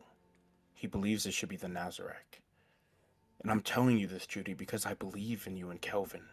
Hell, I believe in our dad. That he would never stand for something like this. I don't think I can leave until I know that he's off planet and there's people that are prepared for... I don't want the Queen or the King or Nisa to die because someone of our kin is so full of themselves that they do unspeakable things. And I think that's She'll what's coming. nod and go, yeah. Honestly, it's actually really annoying how convincing you are. But I get it, yeah. I think so too. So then help me. Tomorrow, when I go up there. Hey, what are we gonna do? Just his ass. Kill him? No, just give me a second. Let me face him like he wants. He's quite the fucking gloater. If he can even just reveal a smidge of anything that he's planning, we'll have him. And you if think not, that the most silver-tongued man on all of Meridian, myself included, of course, is just going to, what? Say his entire evil plan out loud? Ready for your ears? For something? he may not have to say it, but his actions, I feel it in my fucking bones. I know Desna is watching over this very moment. This is, I know something is gonna happen, and it may not even be his words, but those that he put into action. So just have my back. Be prepared. Get Kelvin involved. My crew, my friends will be there right there with me. And if he does nothing, if he just wants to flex on me, I've lived with that my entire life with the three of you. That's fine. If that's all it is, then we'll fly off that night. We're done. But I have a feeling he's gonna reveal something beyond with this interaction. And I just need to know that you'll have my back. Okay. I will. But only because I really, really don't like him.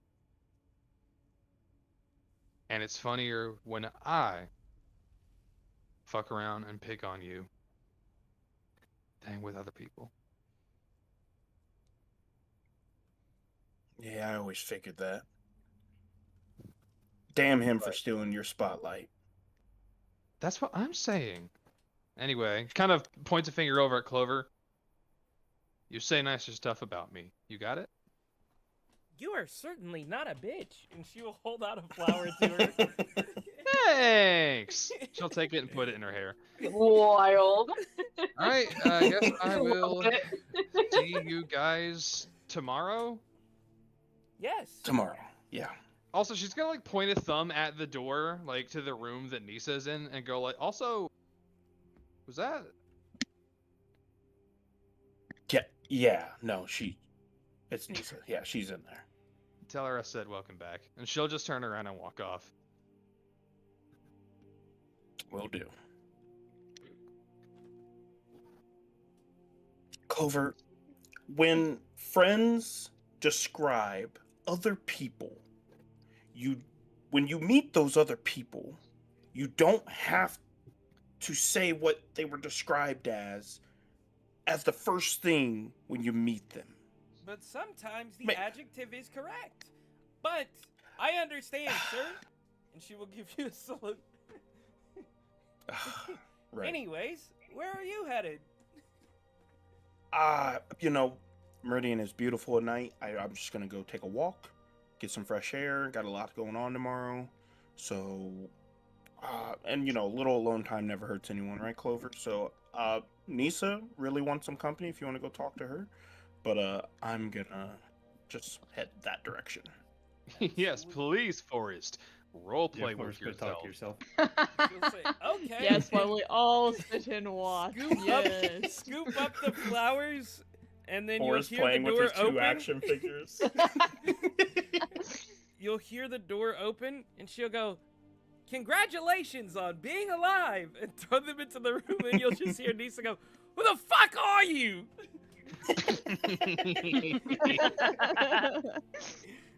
Hell yeah. That's great.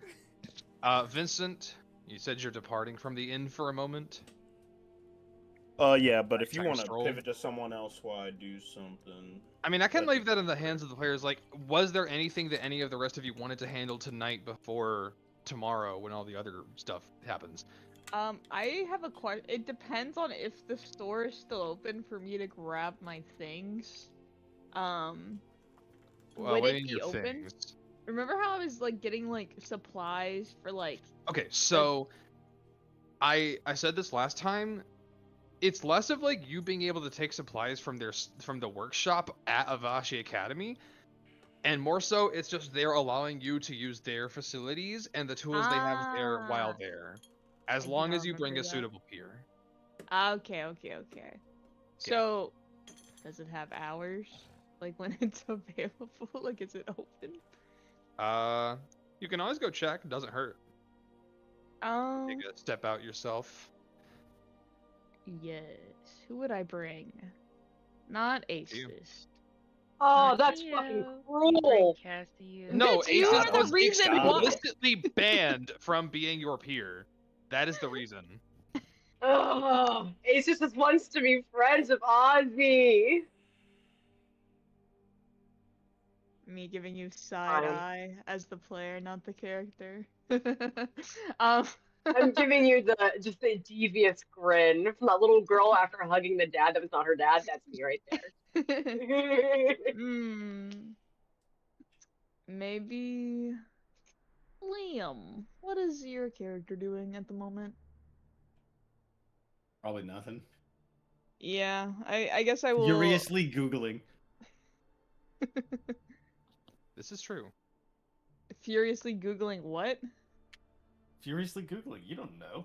Oh, I okay. know what he's Okay, Googling. I wasn't sure if you cut out or not. I had to check. Okay. Meridian Yowie. I was expecting Meridian Yuri. Yowie is unhinged. I was expecting Yuri. That's specifically for those me, two the girls. player, not the character. Arenicus doesn't care. I mean, me as a player and the character care. Yeah, no, there's a crazy repertoire of like Gil X Eli on the AO3. You know. Wait. I'm not on there unless I get there on accident, because I feel like that's possible. We could make our own fan fiction, our own tags on AO3.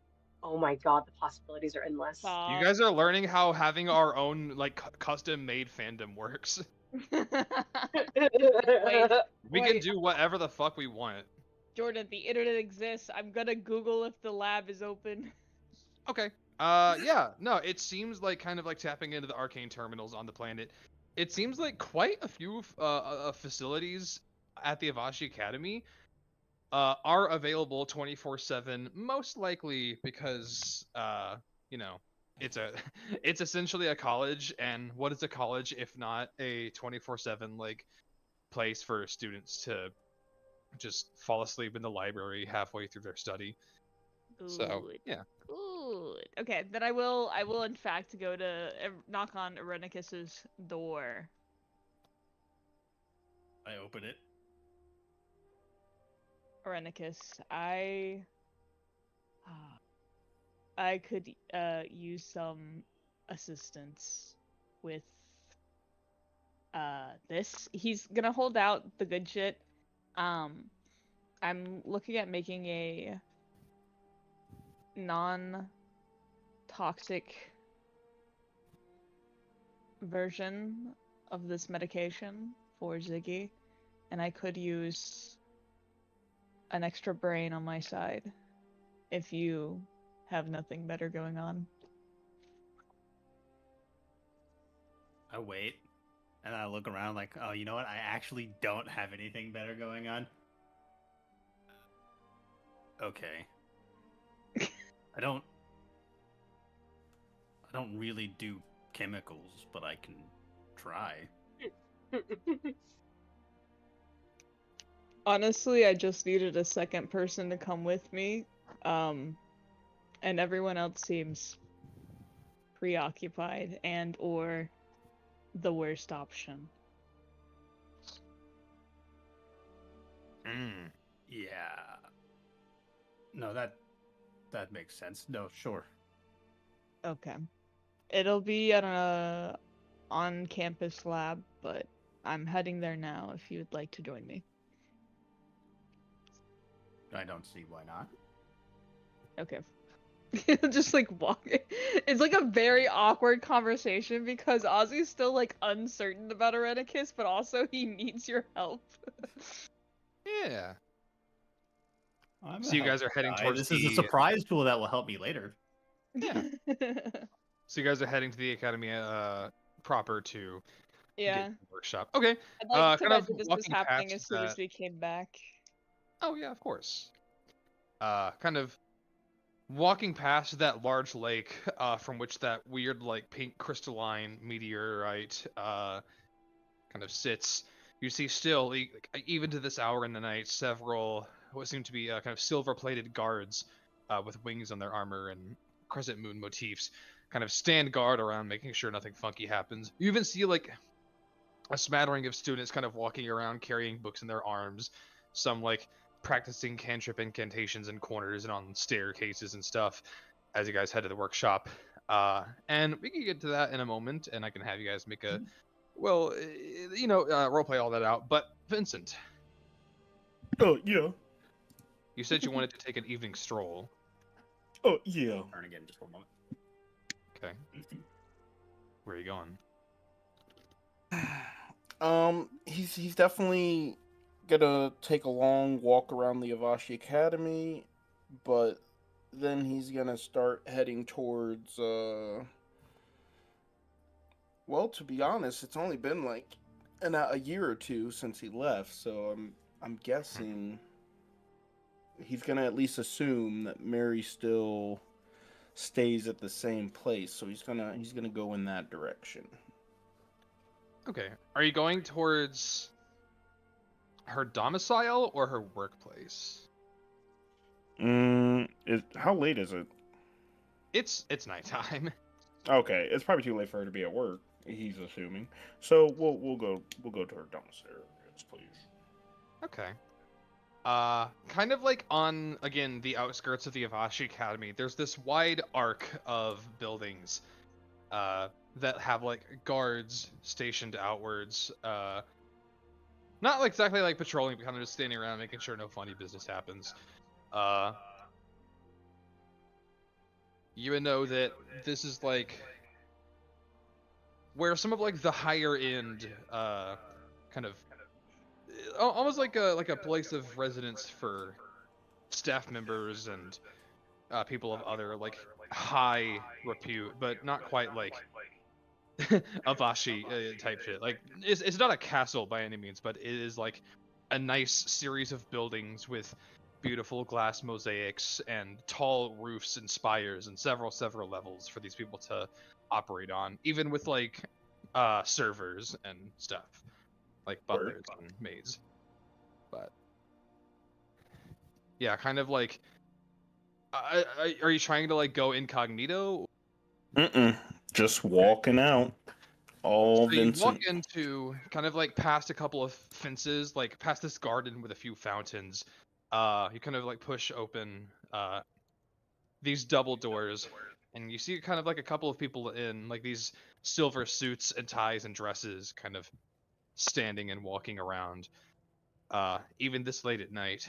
As one of them goes, "Are you here to visit anyone?"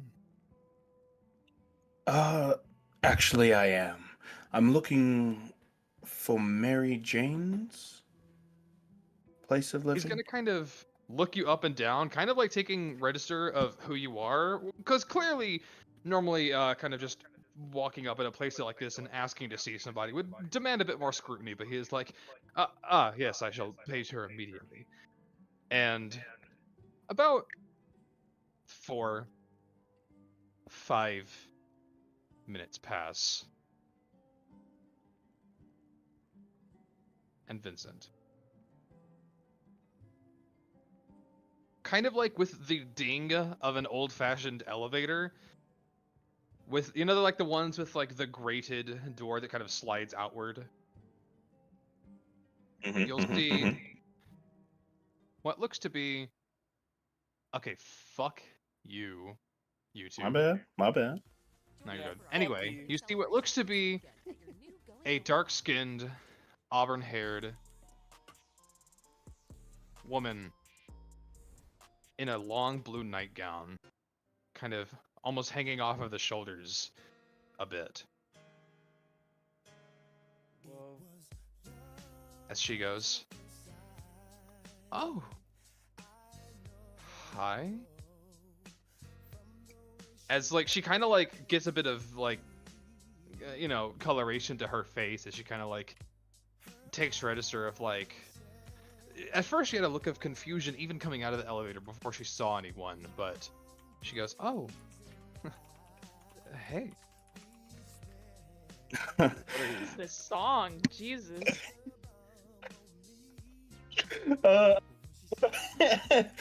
Vincent kind of wipes all the sweat off of his palms onto his jacket, and then he takes a step closer and he says, "Hi, Mary. Uh, I was in town for a couple days, and I don't know if I'll ever be coming back. And I just really wanted to see you.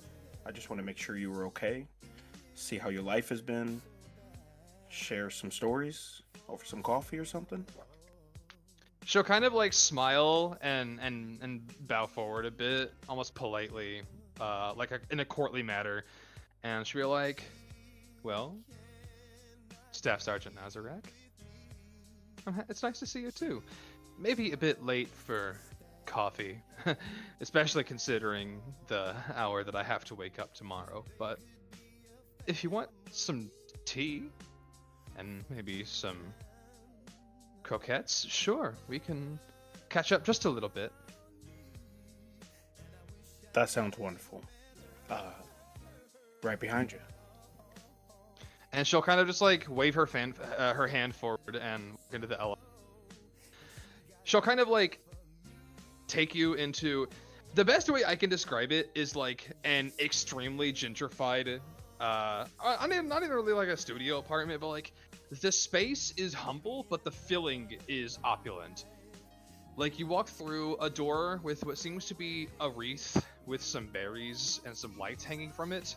And she's just gonna kind of walk in, and you're going to see like these polished wood floors that kind of lead into a series of checkered like tiles that make up the kitchen, with a counter that has like some silver some silver lining to it physically, and she's just gonna kind of like begin heating up a pot of tea on a stovetop, and rather than actually like turning on the gas, she's just gonna kind of like snap her finger, and it's gonna light. She kind of like begins letting the kettle heat a bit as she dips some bags into it. Kind of looking around, you see in one corner what looks to be a very well kept, dusted piano, with a couple of other doors that lead off into other rooms in the sides. Clearly, like what you're in is like the living room and kitchen, with what seems to be some kind of side room visible from here with the piano in it, as well as a couple of other seats, some stands for sheet music, and if you like a sofa here, a love seat there, a chair here, all like kind of made with like silver and gold lining, and very, very nice looking, like almost like satin cushioning, made of like a mixture of baby blue and sapphire. As almost as if she had already made them, she's just gonna pull out like from a sidebar a plate of croquettes and kind of lay them out as the tea finishes, and she's just gonna go, "So, what did you want to talk about first?" Well, forefront of my mind, I probably had the most decent conversation with Judy I've had in my entire life. Oh. Yeah. Like, genuine back and forth. Like, a Really? respectable one. Yeah. Wow. I'm starting to think she's a grown woman. No, I'm kidding. Right. But Right. is that why, kind of almost taking a look of concern on her face, is that why you came back, for closure or just to catch up with people? Oh, yeah, no. The first destination me and Nisa went to after successfully becoming badasses and a pirate crew and literally changing an entire area's kind of hierarchy, she died. You're gonna And say he said that? it's Like, yeah. she's biting into a pastry and like holding the outside of it with her, like the pastry just falls out of her mouth and she just doesn't catch it. Right, but that's why we're back here. closest moon I could think of with strong enough healers to bring her back to life, which they did, actually, just earlier today. It was traumatic and intense and stressful. But now that it's all done, thinking that everything was going to be the same again, she's had a change of heart, a change of mind. She's not, as far as I can tell, she's not going to continue her, her her journey. And I've never been more okay with something. I mean, I left. I mean, of course you. And it starts to dawn on him of like what he's saying, so carefree, and he kind of, I left you, I left Meridian for her, and you would think this would tear me up. But the connections I've made with these other people, this like found family of people who have dreams that made my heart and soul radiate like Nisa's. Just knowing that she wants something different for herself and that I can just still go on. I don't know, I feel like so many different strings that I had on me are now have been one by one been getting cut free. And I don't know. I think there's just something about this change in me that I've not really been able to put to words just yet, but I think the closest I have is that I think I'm starting to understand my purpose. She's gonna kind of close her eyes and smile and go, "That's great. I'm really happy for you." And she says it with genuine sincerity. Like no bitterness, no jealousy, no nothing. Right. But all that to be said, because of these realizations, because of my friends, my crew that I plan on taking far beyond this galaxy, I just wanted to see how you've been. You've been my closest friend, and our love was real at one point, and it was my selfishness and confusion to leave with Nisa and leave you behind, and I just want to know that you're okay. I just want to know that she's just everything's gonna put working a for hand you. up and say, "Look, we all have callings, we all have responsibilities. I don't want you to ever once think that I hated you for that, or that you shouldn't have taken the call to action. I mean, I took mine. I'm a higher up now. I work with the strategy core. I have for a couple of years now." Gesundheit. What? Gesundheit. That motherfucker said. And don't get me wrong, right now, especially considering our diplomatic relations as of late and this new interglobalist approach of ours, which, don't get me wrong, is, from what I've heard, completely necessary, but still, we are getting stretched quite thin, pulled in all directions, that is to say. But it's what I wanted. And you know what you want now, even if you didn't before. And that's what it's all about. Yeah, no, for sure. I don't know if you heard, but I got called out to fight Jesse tomorrow. Did you know anything about that? No? Are you Yeah. doing it? Do you remember the night that we celebrated before me and Nisa left? Yeah, I do. You were telling me a lot of stuff. Like a lot. Okay. You also threw up, is all I'm saying. Okay, again, I didn't drink a single drink that night. But all of you saw me out there drinking it and having a good time. Before that, Jesse, I know. Tried to pull. He did something to you. And it still feels like I'm going crazy because he's still seen as this perfect individual. But Judy, he took my arrow. He took my gifted arrow. And then challenges me. Why would he do that?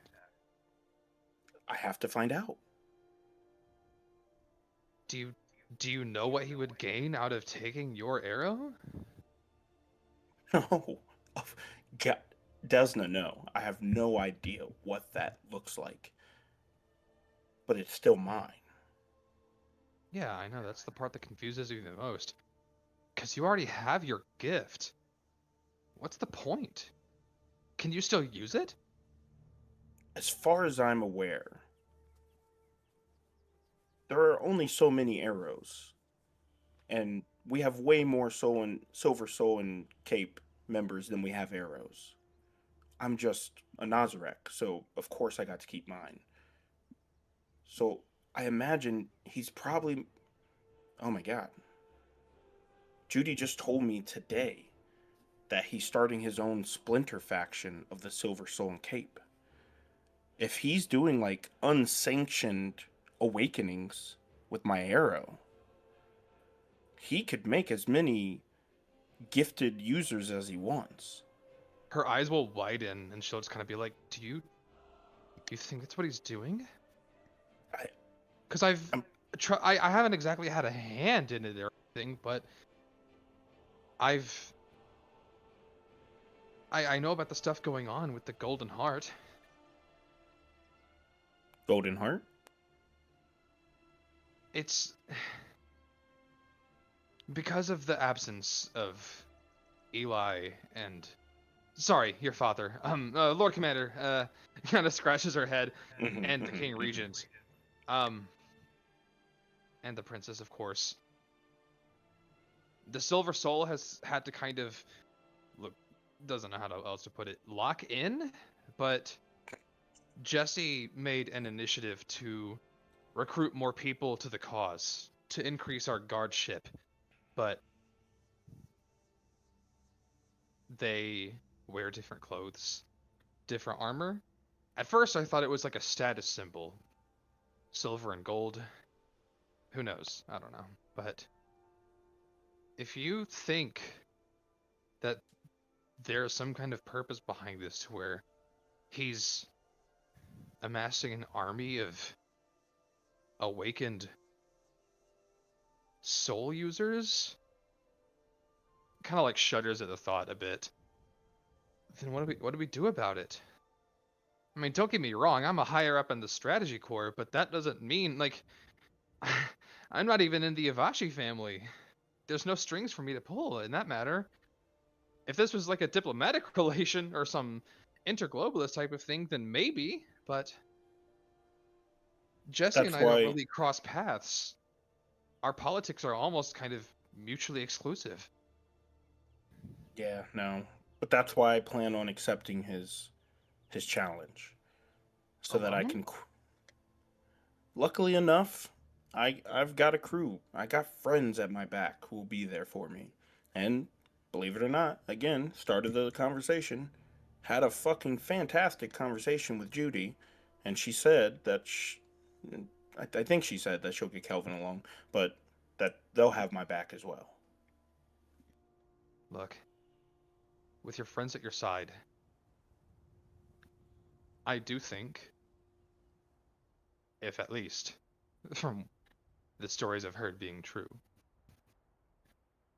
I think the conquerors of Twilight could maybe give Jesse a bit of a beatdown, but please be careful. You have to remember, he is outside of the Avashi family, maybe the person with the most influence and will over this community, these people, the politics of this system. And look, I believe the things that you tell me about him. which makes it even scarier. Because even if you do managed to, I don't know, beat him up tomorrow, then what? I mean, that's not just gonna magically make everybody believe that he's the bad guy. I understand. And honestly, I don't even want to fight him. I just want to confront him and talk to him. And if he won't say anything until after we fight, then I fight him. I don't know. I just can't leave until I try. I get it. I have trust in you. These have been delicious. These are wonderful. This your recipe, or and he just starts stuffing it in his mouth as he's just now I hit an kind of just overstimulated state. saw it on a paper once, just one of those things that you come across. Yeah. Well, I really should get going. Early Yeah, tomorrow. it's pretty late. I got Yeah. at this rate I'm gonna get like 4 hours of sleep. But yeah, I don't know. I can maybe take a nap after the tournament. But Yeah, sorry about that. No, it's fine. It's fine. This was great. I'm glad. It's nice to see you again. Do take care. No, for sure. She'll just like kind of walk around the corner and she will kind of just like take a step closer to you. Kind of lock eyes with yours. You'll see a bit of coloration in her face. And then she'll reach out a hand for a shake. And the largest smile will come across, and he'll shake her hand and say, "Until the next time we meet, then, Mary." Of course. Good night, Staff Sergeant Nazarek. And he'll leave, but as he gets like to the courtyard, he'll kind of just turn back in the direction and just take a real deep sigh, and then just fuck off. Felt. So, Irenicus and Ozzy. It is about 10 p.m. You guys step into a workshop with some creaky wooden floorboards. And at this hour, there is but maybe 2 students kind of off to one corner at a table, kind of like reading some books. And one of them seems to kind of like be swirling around some kind of red potion in her hand, kind of like investigating it. As well as kind of behind a desk, about 40 feet ahead of you, a singular staff member wearing kind of like an apron with some silver threaded accenting to it, possibly to imply like loyalty to the Vashi Academy, which would be a Shirin, which is like almost like a locust person, an insectoid person, of like green coloration and these long twirly antennae that almost look like springs, kind of off the top of their head. As their like multiple eyes kind of just like all blink independently as they turn their head, and kind of like one hand kind of tiredly, lazily holding up the head on the countertop, just kind of looks over and takes recognition of your entry.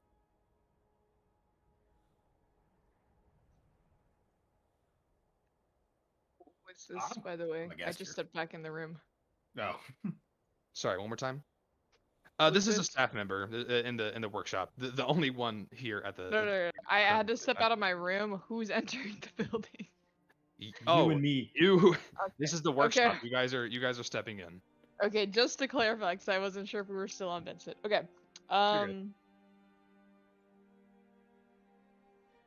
Shit. This is clearly not the person we were talking to earlier, but I'll just go up to them and ask to be let in to use their labs. Ah, yes, of course. And who is this exactly? My partner, my associate. Oh, I meant you, as they kind of like take one of four arms and kind of like do the like a fucking like a smiling friends point where they like point straight at the camera, like just like a whole like a 6 inches away from your face, like I'm into you.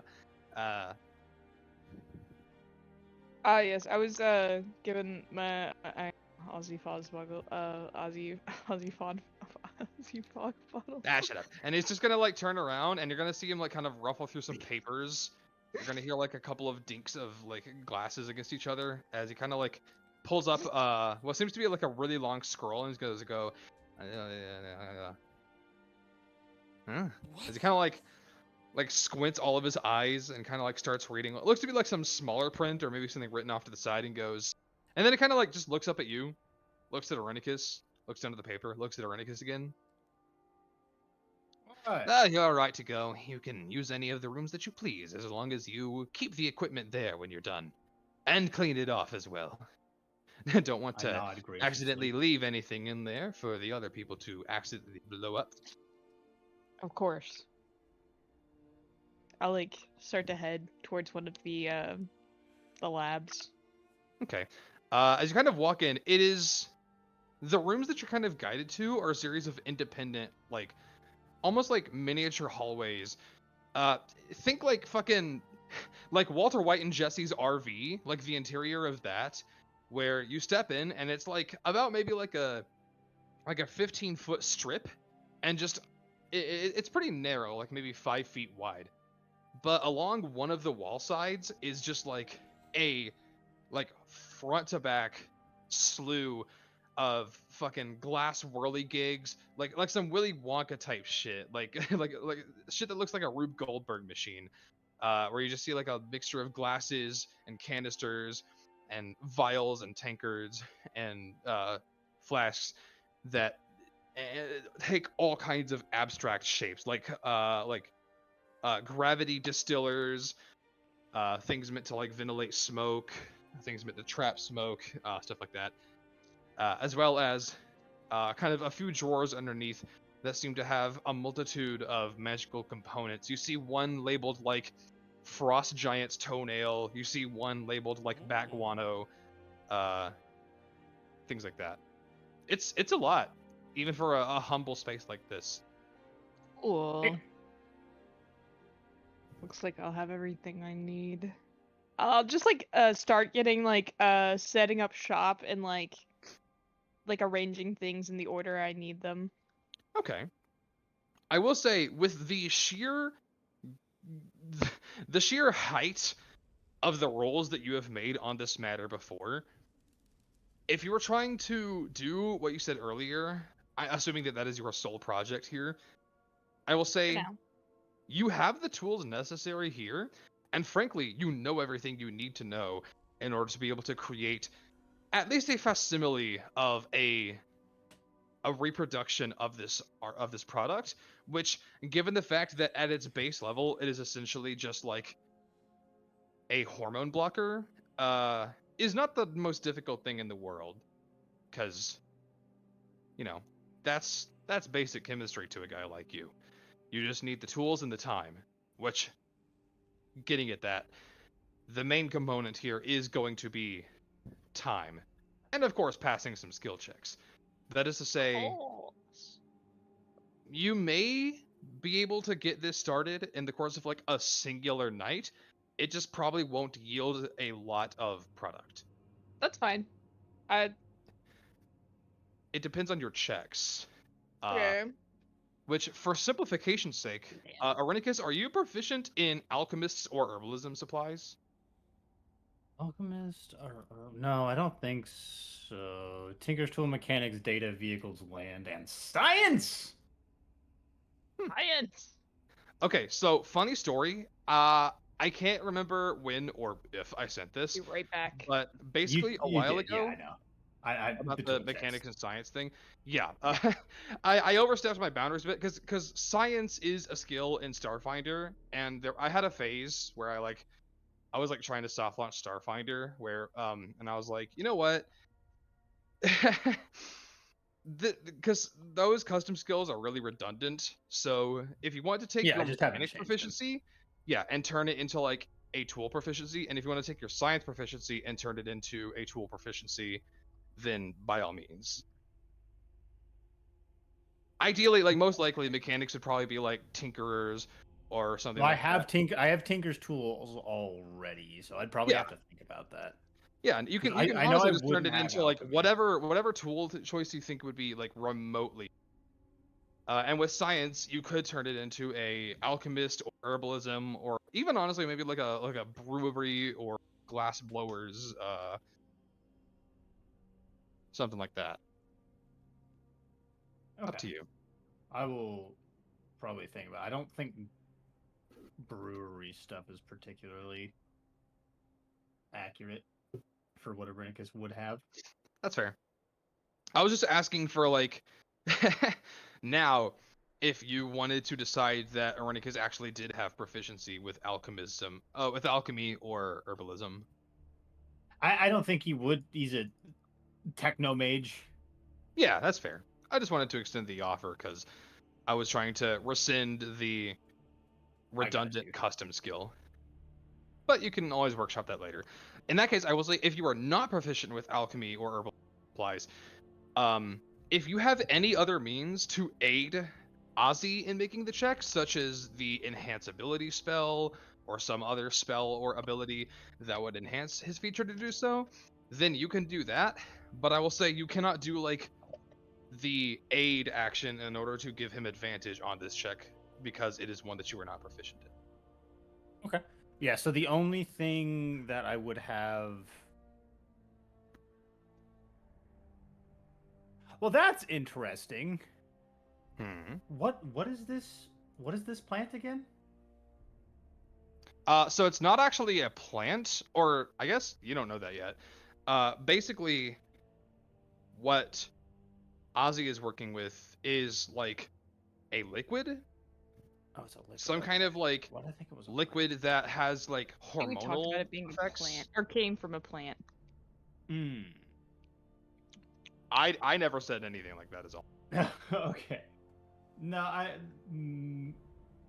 So for the most part, I'm not going to be helping because this isn't my realm. If there's like a tool or something that's not working properly, I can help with that. I can literally hit the assist reaction. Oh, true. Honestly, But that's Ozzy just specifically needed data his or second mechanics. body, so you're Yeah, I know you don't really need my apply help. here. But while I'm sitting there doing nothing, I am gonna cast detect radiation as a ritual. You got it, broski. Just for fun. See if that shit's radioactive. I will say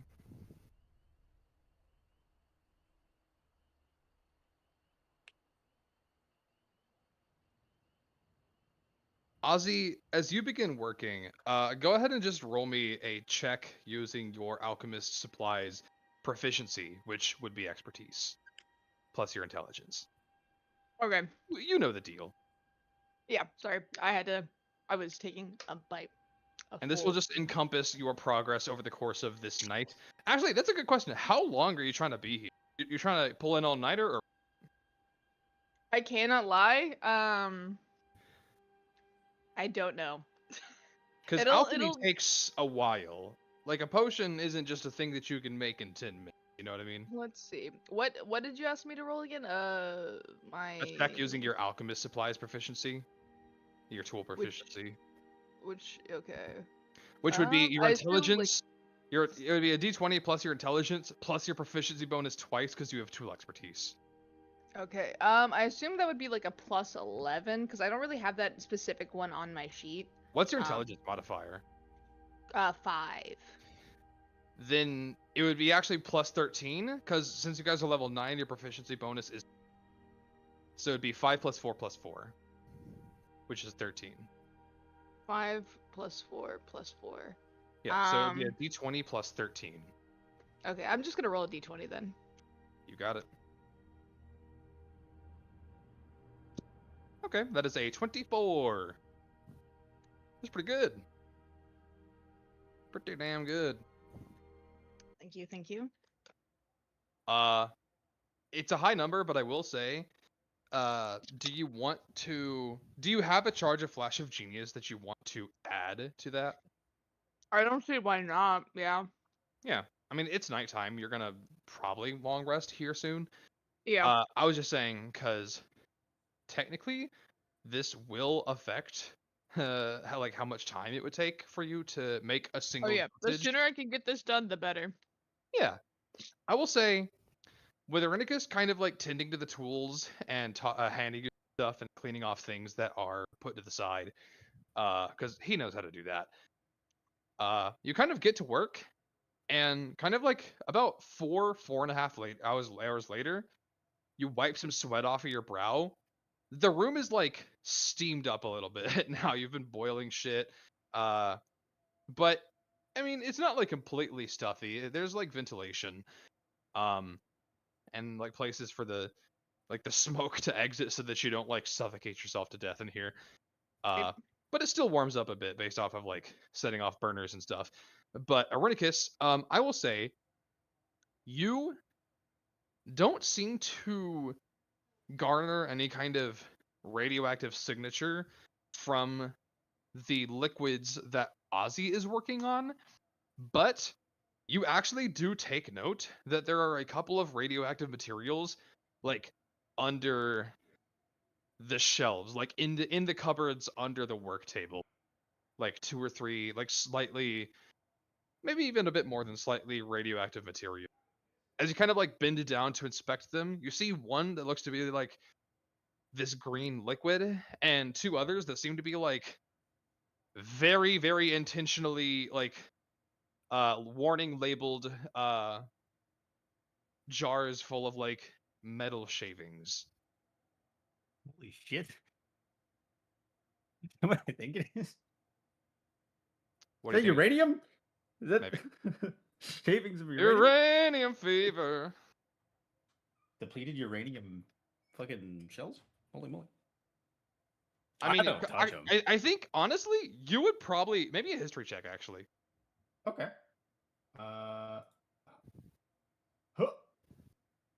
Yeah, fuck it. You would honestly actually know that depleted uranium is actually quite an affluent resource in Ex Nihilo, particularly because for the past several hundreds of years, uh, 2 particular celestial bodies, that being the planet of Isengard and the Dyson sphere in the inner rim that surrounds the star known as Copernicus, have both been reported to use depleted uranium, like basically producing it in mass in order to use as like the metal that serves as shielding for starcraft and spaceships and other vehicles of such repute in order to be able to absorb radiation, aka from like suns. Yeah. So maybe like some extra floated around here, and plus it's not entirely unreasonable that a place as prestigious as this could procure like every element on the periodic table to some degree. I don't do nothing with it. I'm not gonna get Ozzy in trouble for stealing. It's okay, they don't have my social security number. I don't have to come back here. I gave it to them. Hell yeah. But yeah, it is about, I'll say about 3 a.m. And Ozzy, you are finally finished, and you are fairly confident that you have produced at least like a facsimile dose of lupus succus that would produce similar hormonal and adrenal effects. Okay. Well, he'll like abruptly stand up, and start to just like head out of the lab.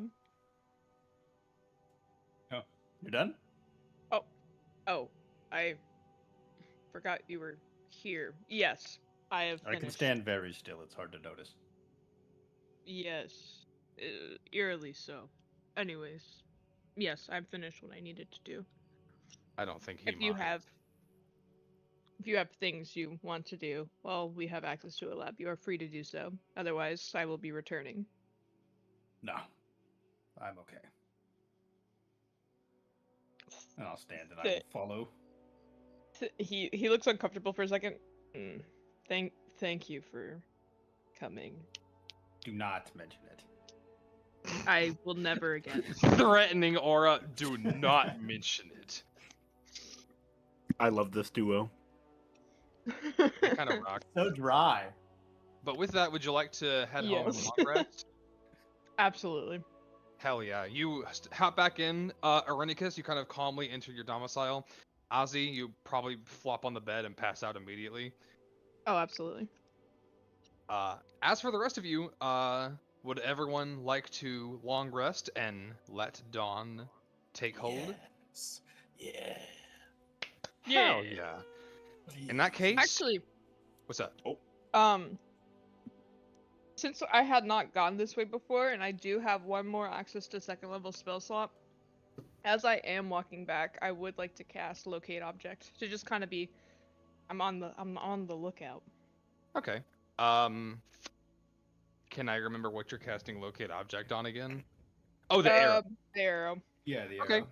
I will say, heading from the east wing of the Avashi Academy to the outskirts, no, I'll say you don't really feel a ping, just based off of the path that you're traveling in my head. I was just making a my made-up and map in my head note. that I've laid out. Okay, I got you. But with that, you all long rest. Remember that. Dawn takes hold. The sun rises, and you got a big day ahead of you. This is the real first big day of the preliminary festivities for the dawn of the semester of the academy. In the morning, there are, starting around, like, I would say, Ozzy, if you're going to get a long rest, you would probably have to run to get to the lecture that you heard the Fire Genasi in the library talk to you about, where you asked her, and she, because she kind of like nosily noticed that you were reading books about crystals that provided arcane energy, and she told you that. Obviously, actually, I guess Irenicus, you would also probably have to hurry and hoof it a little bit if you want a long rest. But you both could definitely make those morning lectures, those seminars, kind of meant to, like, basically serve as like heralding potential class courses and topics that the academy is going to cover in the upcoming semesters, as well as like just general like seminars for kind of like food for thought by off-planet guests, kind of meant to be a bit of like a, what's the word, an anthropological I know what you're saying. Anthropomorphic? No. Ozzy will Well, definitely I mean- look it. Campaign, He furry can run campaign. very fast if he wants to. Hell yeah, like feet full on, like scuttling, like and shit. I pull up my Gundam to Absolutely. get there fast. No, I don't. I figured Oh, you God. wouldn't give us a ride, so I just simply, I set an alarm on my phone and woke up and immediately started running. Hell yeah. Up about the bed, running. As for the rest of you, He fell you can asleep in join his if you clothes and want. woke up in his clothes. You would know that in a couple of hours, like about an hour and a half. It depends on when the lectures would end.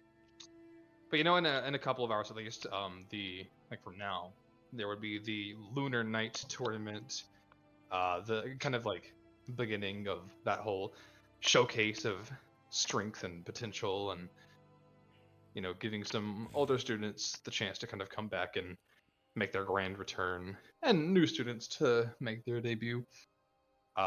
Vincent would have at least told everyone in the party at You the okay? start of the day. Yeah. And About just the make Lunar sure Night everyone, tournament? yeah, and just make sure they're prepared for, Yeah, you know, what could or could not happen. yeah, because for simplicity's sake, I'm sure all the players us talk about that with Yeah, the yeah, couple of yeah, times yeah. that it's come up. Because he has explicitly told Nisa. I just hate That's one okay. character be like, well, I wasn't told, so I'm not going. and I'm not helping that's you with fair, that. yeah. For simplicity's sake, we can say that during the morning when Everybody you're having knows. your complimentary breakfast at the inn, you guys kind of discuss this Perfect. at one of the tables. Of course. But as for everyone other than Ozzy and Irenicus, the world is kind of your oyster. The obviously there's a bit of tension with the context of what has been going on recently and what Vincent has found out and what he has told you guys. But at least for this very moment, for the wee hours of the morning, from like 8 to 12, you have opportunities to, I don't know, rest, do a bit of exploration, maybe engage with some of the Avashi Academy. In order to get their long rest, Ozzy and Irenicus are sleeping in until about 10. Nah, you know what? I won't sleep. Okay. Hey. I will not long rest. Okay. What do I take? 1 point of exhaustion? Yeah. Which in 2024 is just a -1 to and -5 movement speed. Okay. Yeah. Can I apply that to myself somewhere? Or do I just have to remember? I don't think so. I think you just have to remember it. Bridge. Okay. Yeah, sorry. But anyway, yeah, if you want to wake up earlier than the lectures you were told about, would you like to kind of check out anything else? Would you like to do some exploration? No, I just want to make sure I don't have to in the rush. academy? Oh, yeah, it makes sense completely. Okay, in that case, Cassio, Vincent, Nisa, Clover, what about you guys?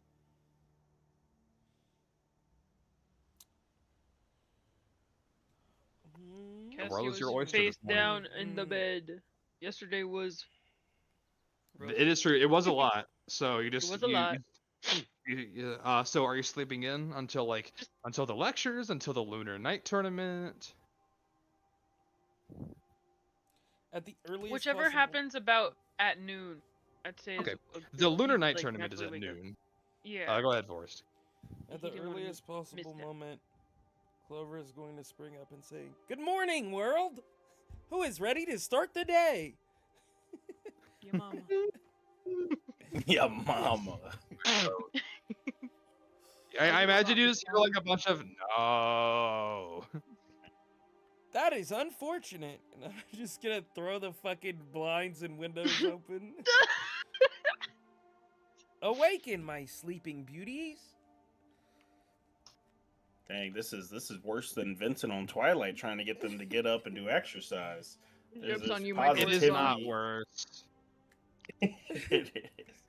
It's much happier. Oh, actually, Forrest, now that I think about it, I didn't realize that I never sent you what I picked. Oh, you didn't. You didn't. Okay, so it was one of the ones you sent me. It's this one. I DM'd it to you. Okay. I'm so nosy. Because I think wanna that one's know. like the most fitting. Okay. Let me see. Let me see right now. No. Anyway, No. No. And okay, Soy Boy Beta speaking cuts, of I will be actually, back. here, so Clover wakes up bright and early. Is she just trying to is she sticking around the rest of the party, or does she want to go out and do her own thing? She'll hang out with the rest of the party for sure. Nice. Well, I guess it depends. She'll give it like an hour, and then she'll go look for Baker Man if nobody's Hell yeah. up. If nobody's up, Baker Man is. I imagine is Nisa kind of just resting the sheer amount of physical toll from being resurrected from the dead. Nisa similarly is gonna walk the razor's edge, kind of having been up all night, or as long as she could muster, doing these this schematic sketching. Okay. And I gotcha. then pretty much as soon as her body is ready, she will get back up, and it depends on if everybody else is awake. If not, I will quietly head out to Avashi Academy. I gotcha.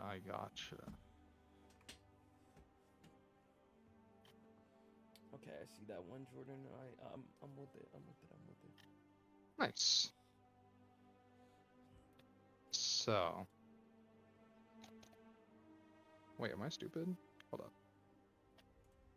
Not my DM. Are you stupid? Are you dumb? Did I'm Not dumb? my Dumb? DM. Did I'm dumb? I honestly might be. Wait, did I do that right?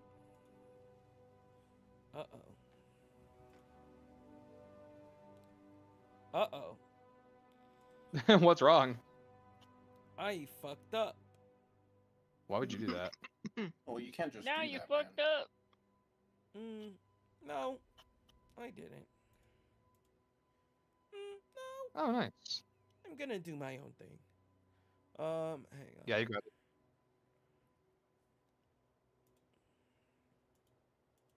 I forgot what was happening. I'm sorry. No, you're good.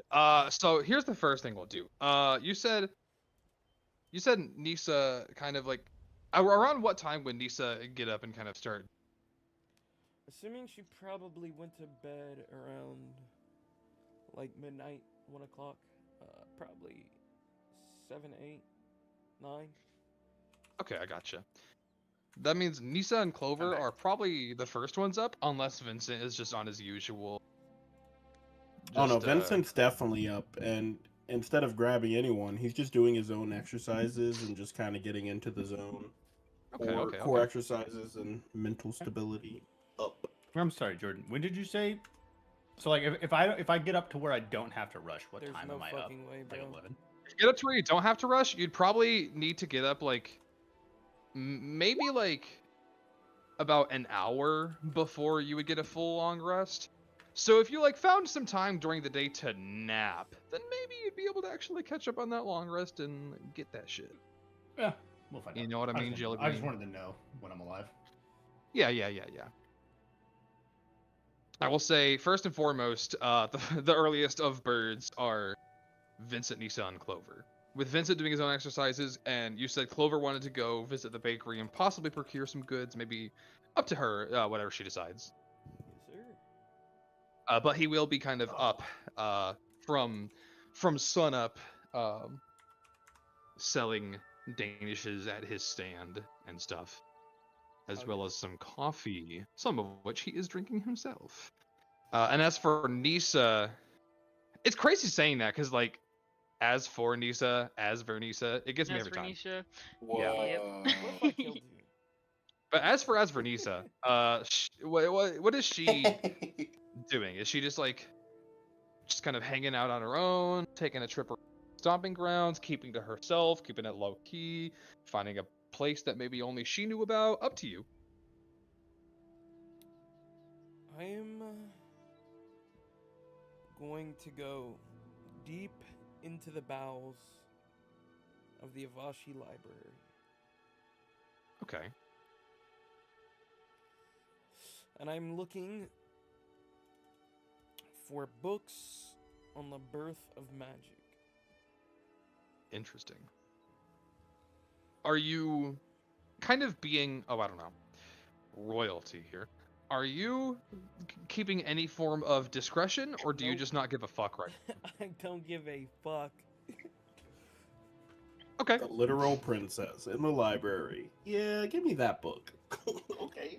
I'll say, as you're kind of walking into the library, it's the academy is pretty full today, but a lot of people are kind of like walking around or touring or figuring stuff out. They've kind of like got their eyes a little too high. Like they're wandering, they're like oohing, awing everything, or being like, oh, I have to get to this place, I have to attend this lecture, I have to like check out this classroom to see where I'm gonna be in a few days, stuff like that. You definitely get the occasional glance and even the occasional whisper of like, is that? No. As you just walk into the library and there's kind of like at the receptionist desk, with the chair on maximum height, you see what looks to be kind of like an orange furred skittermander, this like almost like little Stitch kind of creature with 6 arms. I know you know what one is, I'm just saying this for the rest of the party. Kind of like 4 arms kind of like crossed over the countertop, the 5th one kind of lazily holding it as he kind of just adjusts these big round glasses and goes,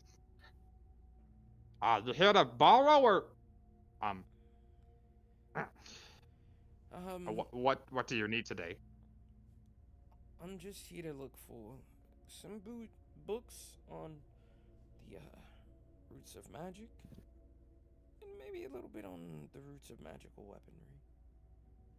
He kind of like adjusts this almost like silk, silver button-up shirt he has on, kind of like making sure that like uniform and pressed, before kind of like looking back up at you and go, yes, upstairs should be on the third floor if you're getting into the real esoterics.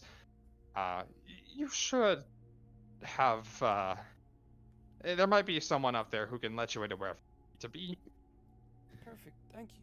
By the way, you look quite spiffy. And she's gonna give him a smile. Like he's like clearly like he was like super tired when you walked in, but he like immediately like locked in, stood up. His like his shoulders have been square, and he goes, thanks. And I will head on up. Sick. Kind of climbing up a staircase that spirals around. You kind of like are getting this sweeping view as you walk around the spiral staircase of, again, that beautiful kind of pink stained glass mosaic that represents kind of like the setting or perhaps rising sun over a horizon of planets, where you see a multitude of partially abstractly drawn, slightly definitive creatures engaging in battle with one another. One being like this evil, almost like wizard or sorcerer, another being a dark-skinned man with a great sword, another being some kind of gunslinger, and a multitude of others. As you kind of like ascend this staircase, and you get to the third floor, where it is dead silent up there. It is lit by rose-colored chandeliers and candelabras, with candles on desks and kind of stands on the walls near doors, as you see what looks to be a custodian kind of like adjusting books up there, wearing like a silver suit, as he kind of just like nods, does a double take, bows to you, and then like opens a door so that you can walk in. And you walk into, even kind of in the wee hours of the morning, a very like almost like a very mood lit room, where it's almost like an attic room or an attic library, where there's this curved wall of books along one side, and then the other is a window about 15 feet off of the ground, that, or maybe like 10, that kind of shining down casts a multitude of blue and pink colors and rays from kind of like the light shining through the stained glass, as you kind of trace your finger along these very well kept, perfectly dusted books with golden trimming and old smells to the pages. As you pull off a couple and you start to get into the archives of writings from past generations of Avashi, of Nazarek, of Ganymede, of Io, of Europa, of other Lunarian clans, including some works by Queen Alavrian. Sorry, that took me a second. Queen Alavrian, your mother herself,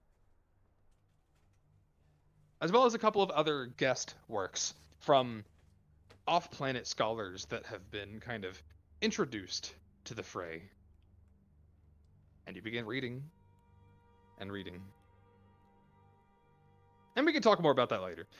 Yeah. So, Ozzy and Irenicus. Ozzy, you woke up, stood up, and immediately headed out of the door to the inn, maybe with a piece of toast in your mouth like Sailor Moon.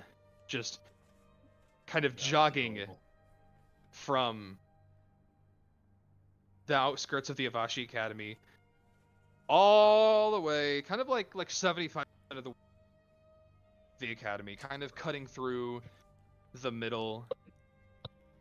You walk past the lake with the meteorite, you walk past the workshop, you walk past a few dorms, the courtyard, you're jogging. You head past a few more dorms, and kind of on the northwest end of the courtyard, there's a multitude of buildings that serve as classrooms and lecture halls. Kind of catch up to, and going in, you actually see that there's quite a few people here. You see what looks to be people of unknown affiliation, kind of wearing some flamboyant uniforms of various colors, kind of standing across, kind of like having their hand resting on hips and belts or shoulders with weapons, possibly guards, since everyone else seems to be so calm in their presence. You see Githyanki and Githzerai, you see lizard flings sitting, you see people, humans, gnomes, Githyanki, coming to sit down with bags and books, and everyone is murmuring. Kind of in front of you, you see what looks to be, I mean, honestly, I can give you a little bit of a map. Oh no. Yes, please. What are you Thank you. knowing about? What, you think every map is going to be a bad thing happening? But Oh anyway, my in front of you, God, you see it's what looks to be an them. auditorium There's with a so stage. many tokens. Go on. And oh, this isn't even meant to scale. There's much more, Oh, I know. like maybe a few hundred. As you kind of look ahead and you see above this wooded, polished stage and auditorium, what looks to be this, like, you can't. It's almost like some kind of. It's not exactly a portal, but more so like a magical canvas. Like, the best I can equate it to is like a screen, but it's produced by these magical pillars that are projecting this signal between each other, creating this big circle that has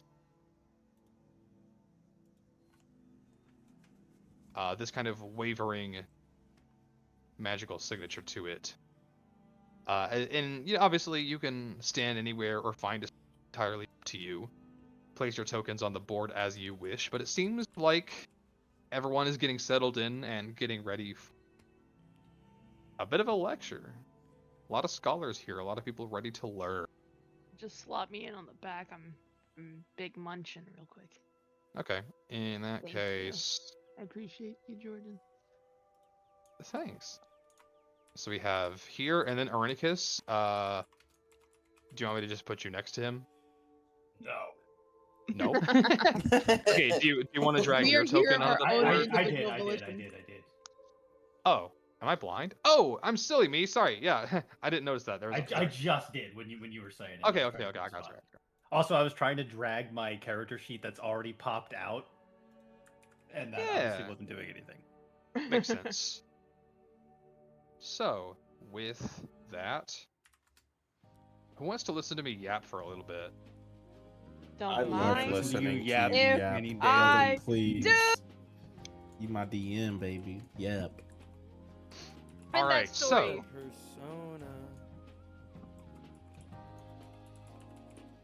the clock strikes 10:30, and the murmurs kind of dim down just a little bit, but not entirely, as dark-skinned woman, kind of these red and gold braids, some tied back into a ponytail very loosely, walks up onto the stage, and clearly, like, not the right person to set the tone here, just goes, "What the fuck is up, Avashi Academy?" As, like, a few people, like, are very, like, concernedly looking around, but then, like, there's quite a few, like, younger looking folk who are like, "Whoa, yeah!" Like, some people, like, stand up and clap, some people just, like, clap from their seats, others kind of, like, murmur and are like, "Is this what we signed up for?" As she goes, nah, I'm just playing. Look, maybe you know me, maybe you don't. I am Salil Summers of the Silver Soul, but I am just your MC for today. Our first guest, an esteemed off-world researcher, has done her time in plenty of places, but has some important things she wanted to tell all of you here. Queen's Orders herself, I think she needs no further introduction. And you're going to Ozzy. A woman is going to walk past you kind of down the middle aisle, Arenicus, you two, as people kind of turn and begin like clapping. Some like clearly still not really sure what the tone is, like doing some hooting and hollering for her, but mostly just like polite, scholarly clapping. But still like, with a room of a few hundred people doing it, it's quite a rapturous applause, but not like a standing ovation type thing. It's a mixture between polite and appreciative. As a woman with a long, kind of like thigh-length lab coat, kind of tucked off of her shoulders, almost wearing it like a cape, walks up onto the stage as this kind of long white hair that almost seems to kind of drift and float, taking a strange shape, as if it's not hair, but maybe clouds, kind of turns around. And if you would please look at the art channel in the hotel so that you can see who I'm talking about. Fuck yeah, fuck yeah, fuck yeah, fuck yeah. He did it! He did it! He did it! Hold on. Wait! He did it! Wait, what? Yeah. Oh, this is new. Wait! I'm crying. Oh my god, it's her! Fucking Ari! I've missed you, but you're also bigger than before. Look at those arms! Let's go! I love Yeah, that. she's a bit older. I love that. I love them. I love them. Yeah. But anyway, yeah, that is who is here. So give me just 1 second. This As is huge. Yeah. As she kind of like picks up a small microphone on the podium and goes, "Is this thing on?" Thanks. As she is going to kind of just pipe up, and the murmurs are going to die down a bit more, and the claps are going to... Hello, everybody! My name is Renaria Cronoa Aldenberg. Some of you may know me as the former Secretary of State for Xantos Azori, and/or as the founder of Timeless Entertainment LLC. But little do you know, I'm actually a chronometrist, horologist, and cosmologist. And also a big nerd, if you couldn't tell. A few people in the audience kind of laugh at that one. But enough about me. You all are here on this beautiful planet amidst these walls that bear thousands of years of magic legacy to learn, as she kind of like puts her fist in the air like she's doing an inspirational speech, to unravel the facts of life and make the future better. But first, we must start with the present. I'm here because, with the help of one of my assistants that I'll bring on later, I hope to establish a program here at this university to understand a new resource that has been discovered a year ago. I'm sure you're all aware of the nature of Sunshard. Those powerful, renewable crystals that are drawn from the suns themselves. The sepulchre stars Mataras, Altair, and Copernicus. But a new substance has entered the fray. One that my team and I have been trying to procure and do research on. Approximately a year ago, with some help, I discovered that some sort of battery is being manufactured, or at least was, on the planet of Crater in the Mid-Rim. While unfortunately the facilities were destroyed, the black market has begun trading these crystals around on the Outer Rim. In order to increase awareness on this matter,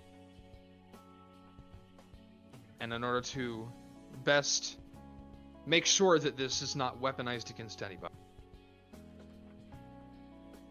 I am working with one of your new teachers here at the Academy, Sir Johann, to establish classes on these arcane batteries to try and help the youth, the generations of the future, learn more about them and use them in better ways. But I think some more context is needed. Plus, that was only the first of my announcements.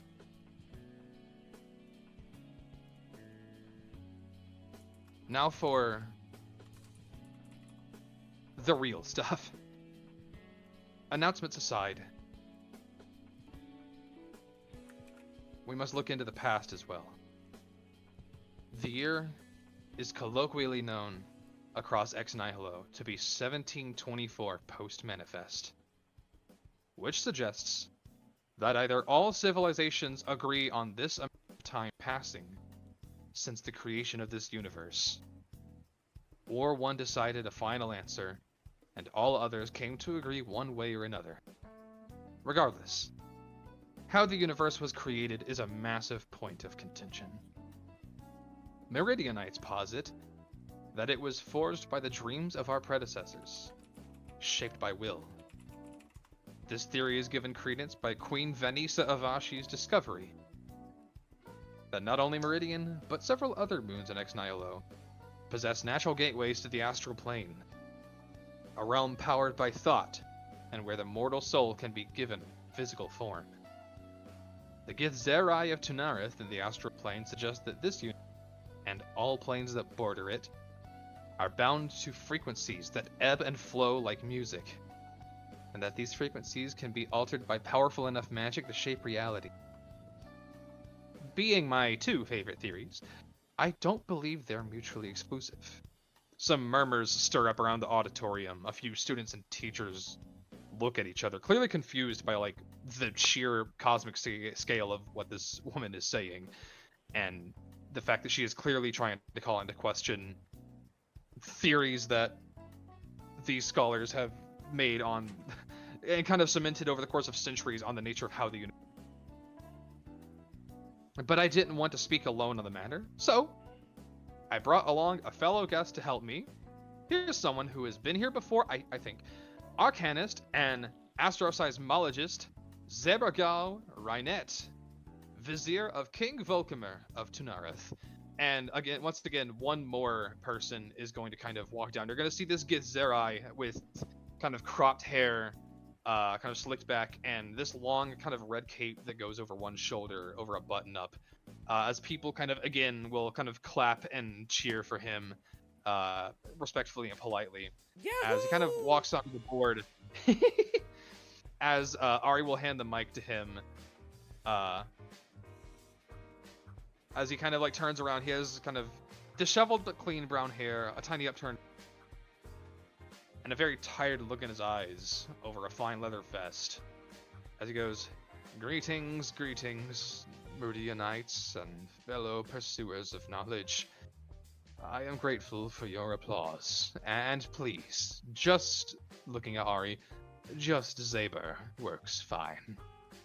As Renaria has stated, we are here to posit evidence for a unity of some creationist theories that may give some insight moving forward." Ari will do like, you know, like the Will Smith gesture where he kind of like puts both of his hands out to like the big arcane kind of magical portal behind them. And after a moment, a chart, almost like it's a screen, displaying astronomical activities in Ex Nihilo shows up, like an activity chart. Annoying as it was to acquire this, Renaria and I have procured records of erratic solar winds and alterations in the usual patterns of the phlogiston's courses.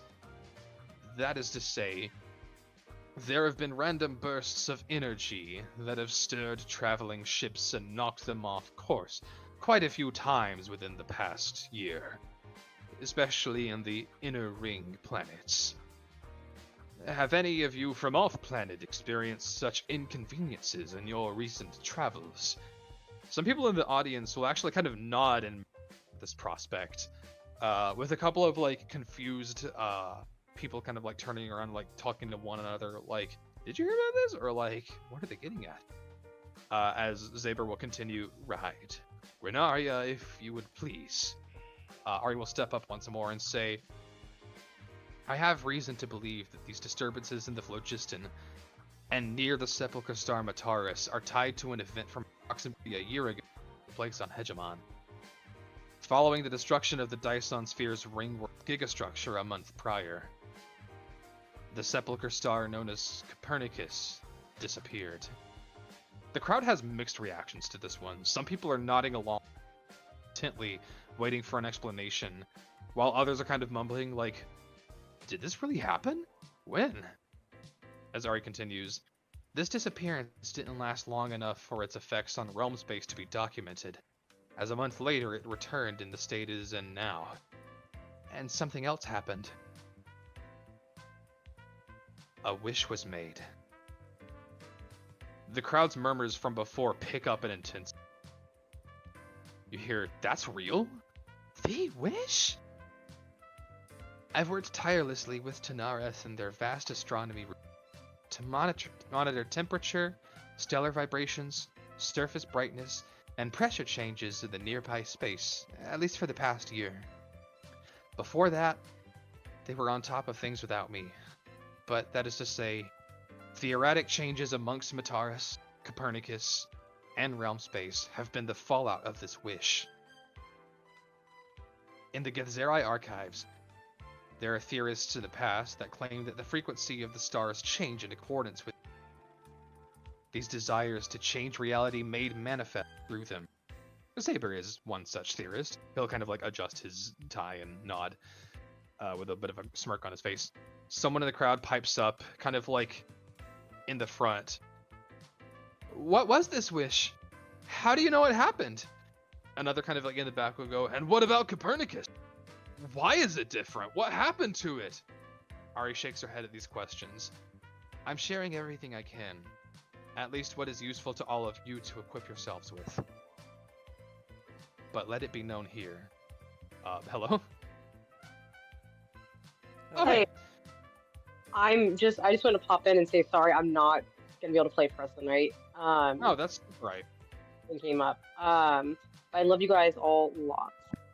Take care of yourself, Nikki. It is all good. Love you. Have a good night. Sloppy big Also, I just want to say, if any of you hoes ever feel like you're alone in this world, if y'all don't fucking reach out to me, I will actually murder all of you before you can murder yourselves. Like real talk. I think everybody, no matter who they are, should have therapy at some. I think stuff like. Well, even if you don't have therapy. Well, if you don't have therapy, then reach out. I'm just saying, like, I don't think anybody on this. My nuclear take on this topic. They are above therapy, or that. Uh-oh, Jordan, you're spitting facts and getting fucking abducted. Yeah, wow. The aliens don't want you to spit the facts, bro. Oh, his wisdom was too wise to come across. Yeah. My fault. What I was trying to say was my nuclear take on the matter is I don't think anybody in this world should think that. Nope. It's when the wisdom hits, it fucking cuts out. Actually, That's kind crazy. of insane.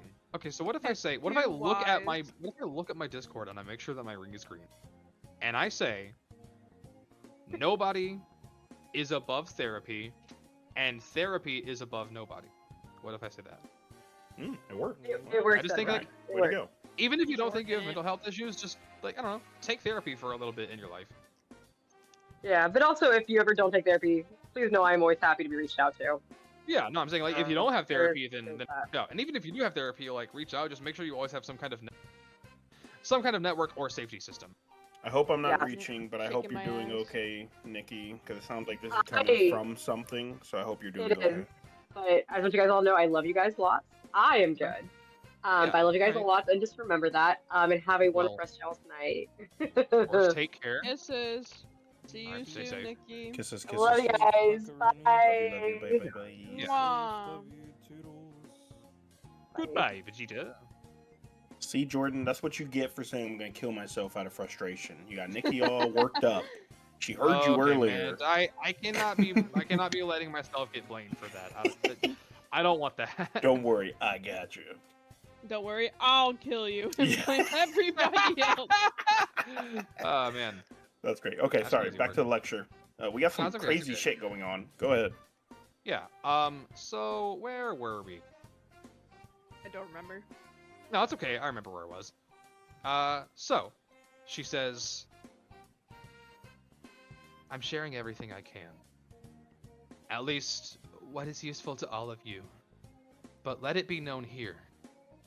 As she kind of like puts her hands on the podium and takes a serious expression, her brows furrowing a bit. There is a reason why the Hegemon Empire has been campaigning so aggressively this year. Scizori, Cinder, Bogmire, Crater, Wine, the War and Asteroid Colony, all at the brunt of annexation operations. The only solace I can offer is that I am confident with my full heart that what happened to Copernicus will not happen again. But the damage has already been done. Meridian has thrived as an independent bastion here in the Outer Rim.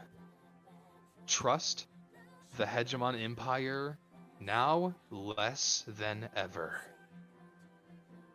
She begins to walk off to the side as Zaber Rynette will nod his head and bow out. With the kind of like magical portal jumbo screen up top kind of fading out as the audience immediately begins clamoring amongst each other with questions and confusion. They're like, what the fuck was that? Other people are like, what are they saying that it's going to change the universe? Other people are like, what really happened to Copernicus? Is it back? As like immediately like Ozzy and Ornicus, you just both kind of like there is noise all around, just constant clamor, people asking each other questions, turning to each other. Almost like nobody immediately walks out because everybody's just kind of still processing what all was just said. Right. I have a question. Yeah, what's up? So you're like, you were discussing how like there was a wish that was made. Yes. I am to infer that it's a different wish than the one Nisa granted not too long ago. Yes. Nisa made a wish about 2.5 weeks ago. The wish that Ari said happened a year ago. Okay. Specifically on the of Hegemon. And Ari and Zaber are saying that that wish, to this day, is having long-lasting effects on like basically like the seismic activity of Ex Nihilo. Like they are saying that it is causing like psychic storms to happen, that it is causing strange waves in the phlogiston that are interacting with and interrupting space travel and like throwing ships off course. She also said that, and this is news to most of you guys, that apparently the star Copernicus disappeared for a month, but is back. Okay. Okay, that's crazy. Yeah. Also, obviously, just all above table. Does that mean down the road we're gonna have negative universal consequences to Nisa's? Or was that like specific to their wish? Who's to say? I don't know the laws, and I didn't know how freely that was given. That was a shot in the dark. Thank you. Who? I don't know either, but if I had to assume, Nisa's wish was not kind of like world-defying. She simply wished us to have like the effects of a long rest. But I don't know what the effects of the literal casting of wish does to the universe for how powerful it is, etc. So because that's fair, again, that's fair. it is also Ari and Zaber kind of hinted at the idea that the casting of a wish interacts with the stars in some way, shape, or form. Whoa. Insane. So like a diamond. Wish upon a star. Hold on, Jordan, man. you're cracked. Dog, what the fuck? It's low-hanging fruit. Don't give me too much credit, but you get what I'm getting. Yeah, but you're using it, and it's fun. You're using it, and it's fire. Thanks. Any other questions? I did just kind of make that like a whole spiel. No, I ate that up. Though I might DM you something in a moment. Yeah, of course. Irenicus, anything? Okay.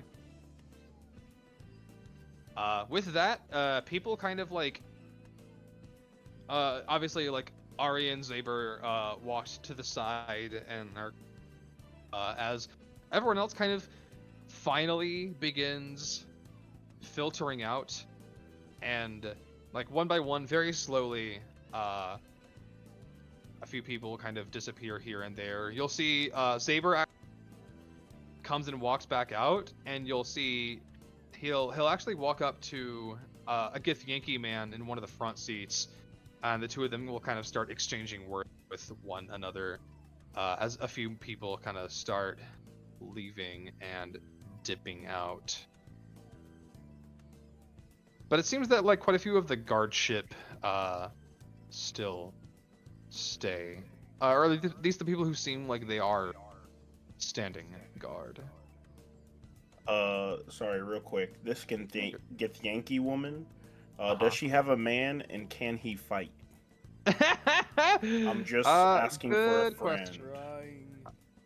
Well, she actually walks up here and is hanging out with these guys. So maybe they're all hanging out together. Yeah.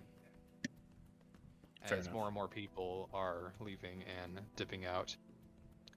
Lee, I will say the chance is not 0. Okay. Okay. I think that's where Ozzy's mind is heading. Okay, thank you. I gotcha. I will DM you further on that later. Of course. As they begin making their merry way out. They're so cute leaving together. Yeah. Aww. And that's after a when Clover moment, comes in. I am murders. the last presenter.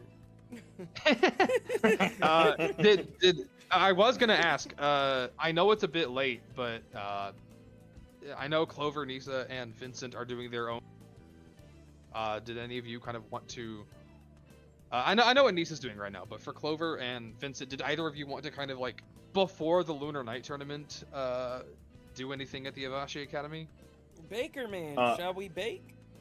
That's pretty much it. Yeah, of course, yes, yeah.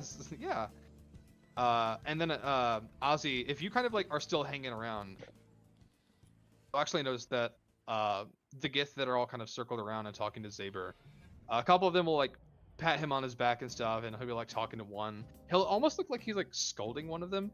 But then Ari will actually walk back out, and you will see Ozzy that she actually begins talking to a familiar person, and she starts like kind of chatting up what looks to be the woman that you actually ran into, or who ran into you at the library, the one who actually told you about this.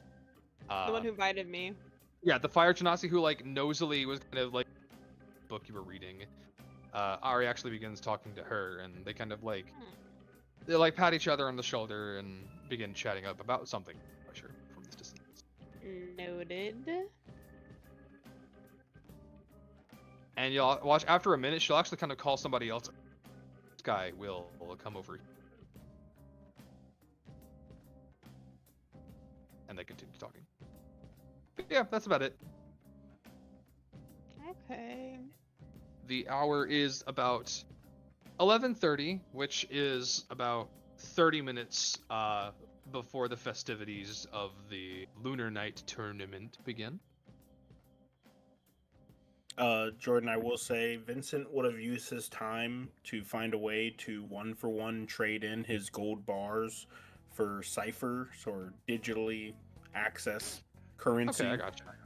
Because he does plan on leaving soon, so he wants to just swap that all for a hard 1-for-1. Yeah, and I'll say honestly, given your status, you can probably return to the banking clan and unironically, like, just straight up do that. No difficulty, really. No checks needed, no nothing.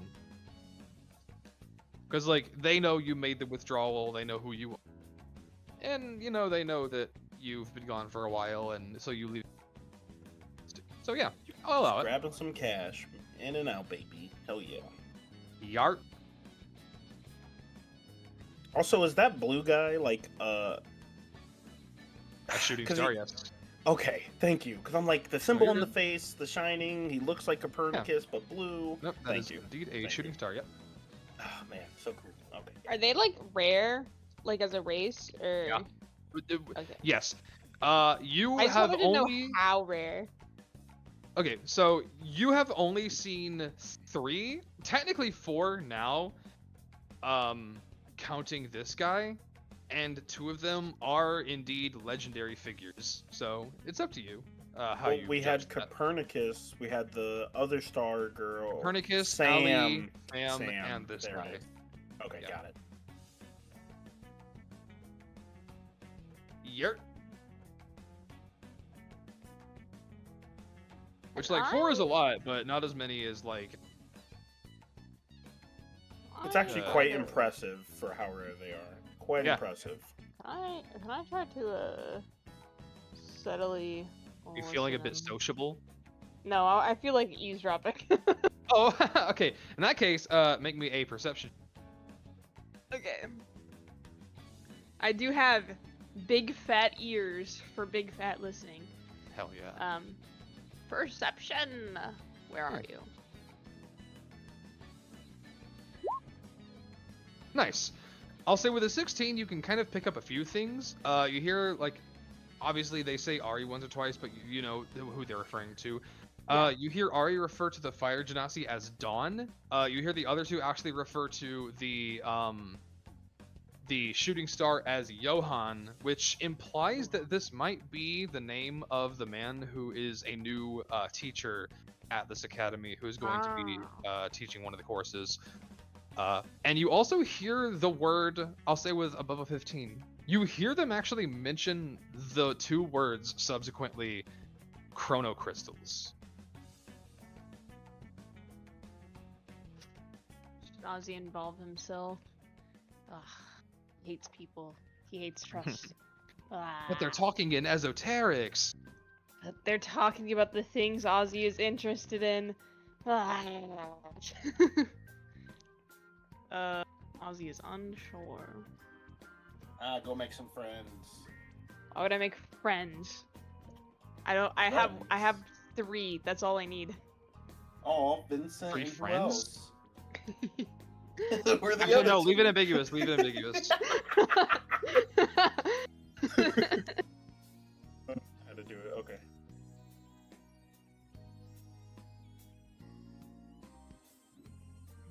So, Ozzy Nation, how we feeling? I don't know. Me, a player, wants to. Me knowing my character, I'm deciding how would he want to go about this. Because in my heart of hearts, this boy would definitely want to spy. But do I want him to start spying again? I think you should such do a what your problem. heart desires, and your heart is named Ozzy right now. Yes. Yes. Yes. I think if you know what your character would want to do, I don't think you should hold back from that. You're so right. I'm just deciding how obvious it would be to do the level of spying I desire to be doing. Okay. I wonder if this is super noticeable. In my head, I'm like, damn, but this bitch is level 20. She would definitely notice shit. Who knows? But that's something Ozzy wouldn't know. Yes. Yes. I think... Yes.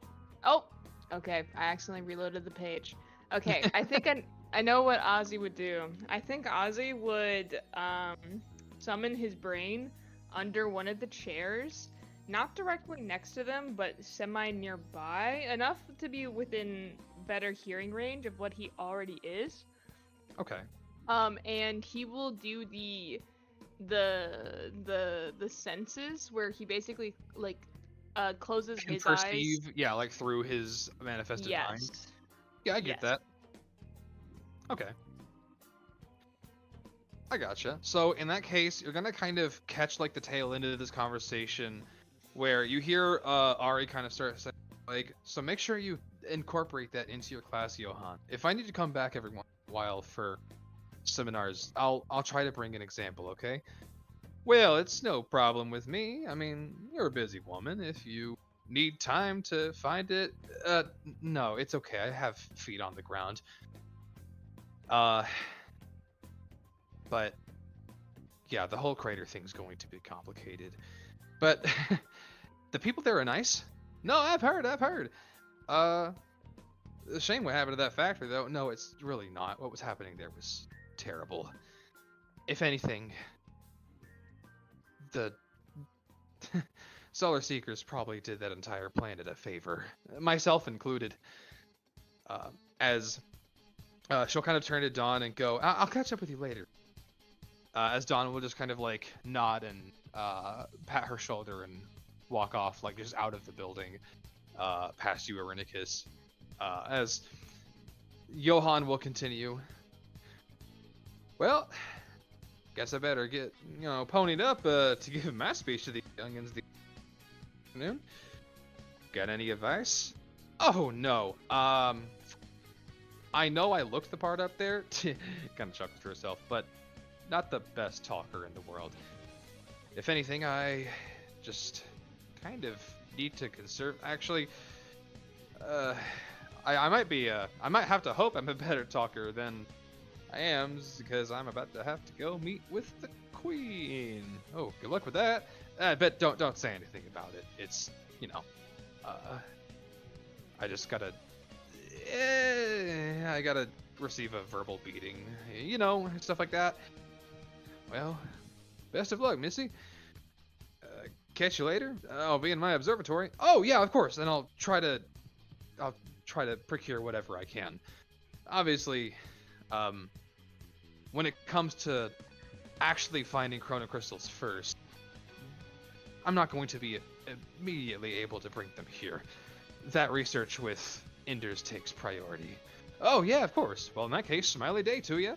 And he'll kind of begin walking off to the side and just going, excuse me, hey. Kind of trailing off as he walks away. And kind of like being done with that, she'll just, talking is hard. Oh my goodness. And she will just plop down right into the chair that the manifested mind is under, and is here like just a of the cushion, just like the air being let out from underneath it. She is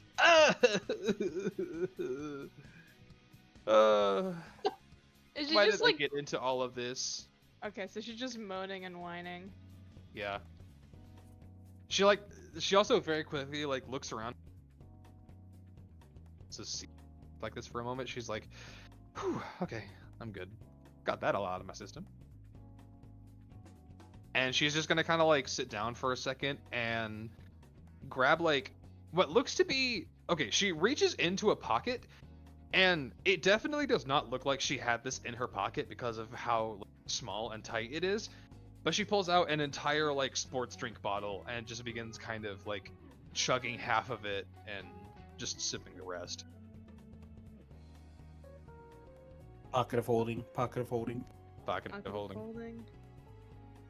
I will say, kind of with this proximity to her, you'll notice that, like I said earlier, her hair is very interesting. The same with the Fire Genasi, Dawn, how her hair kind of was fire.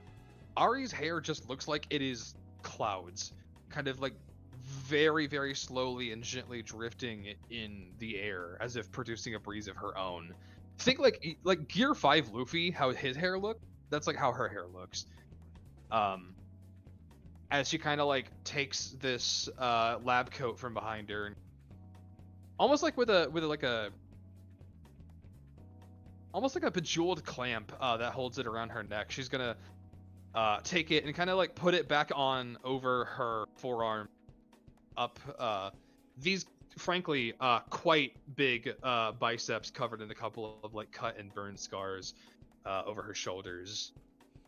And you'll also notice the other key detail is that she has this equally kind of almost stardust speckled belt over a set of pants that her top is tucked into, and hanging off of one of the belt loops of the pants is a chain that has a really ornate key on it. This key kind of where you hold it. There's almost like in the flat of the key, there is what looks to be like a circle that almost looks like a portal or some kind of swirling form of antimatter or phlogiston. And the key has a very particular shape to it, so clearly it's meant to be inserted into some kind of strange esoteric lock. But yeah, that's all you get. Just here's everything about my oath. Yada yada yada. But yeah, that is her. That is what she looks like, and that is who she is. Thank you. Yes. And I don't even need to give any kind of reference, because you just have a full drawing of her. Yes. I say as I kind of rub my hands with malicious intent. As we all take a moment to stare at it deeply and appreciatively. You guys haven't. I don't know, in case you wanted to like since he draw anything or anything. I don't know. Who knows? No, I'm kidding. If you perhaps wanted to make fan art of her. Yeah, who knows? I don't know, man. Who knows? Maybe. I don't know. But yeah. I'll go in on that commission. We got to get our artist paid, but also we need to see Ari version through Laura's eyes. Let's do it. Damn, she's got big titties though. Okay, I just saw those. What? The hell? Look, man. Challenge accept. She's older now. Arya's... She is a more mature woman. She's 30 now. Bro, are you okay? Yeah. I was too busy like looking at like the other parts of the drawing that like it caught me off guard. You're gooned out of your fucking. If it makes you feel any better, I actually had a similar reaction because Cassian drew this. Fun fact. Wait, really? Yeah. Yeah, Cassian. Whoa! Oh wow! I actually had a lot of requests. I was very picky about this because I know how Ari looks in my head, and frankly, it is exactly this. So I had a lot of requests. I will say that one of the things that I did not specifically have any comments on was the boob size. They just did that themselves. But yeah. Really funny. Not upset, nor will I complain. It can stay. Yeah. I mean, what am I gonna do? Ask them to make it again? But anyway, yeah, that's that on that. As the stadium kind of begins to clear a bit more and more people leave. Ozzy and Irenicus, what are you guys doing? You have about half an hour left before the Lunar Night tournament.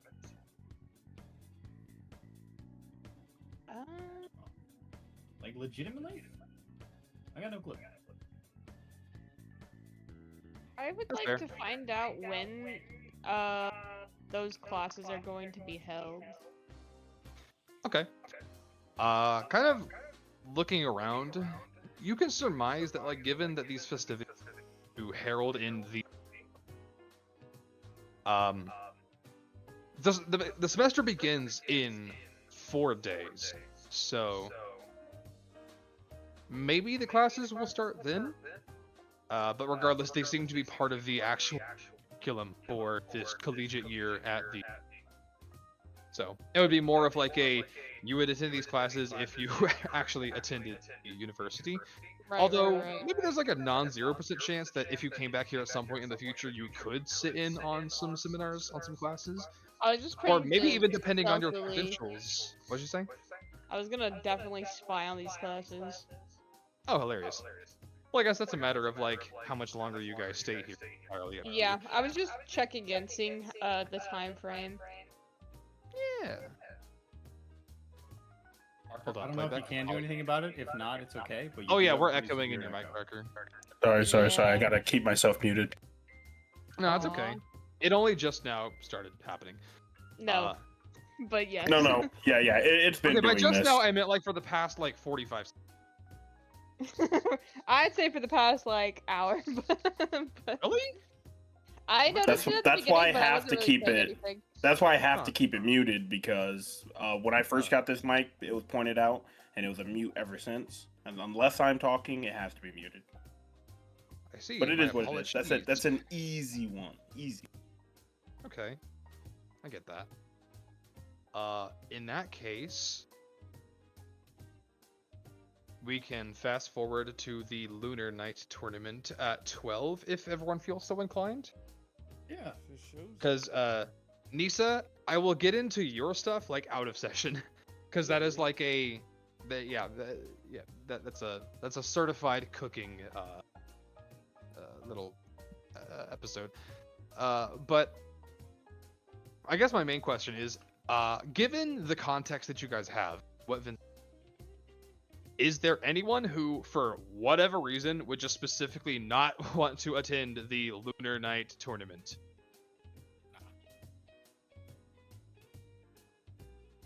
I am also including Nisa in this question, just to story. I'll be there. Me and their coach. She'll be there? Okay, okay. In that case, I will say... Give me 1 second. There we go. As you guys kind of begin entering this arena,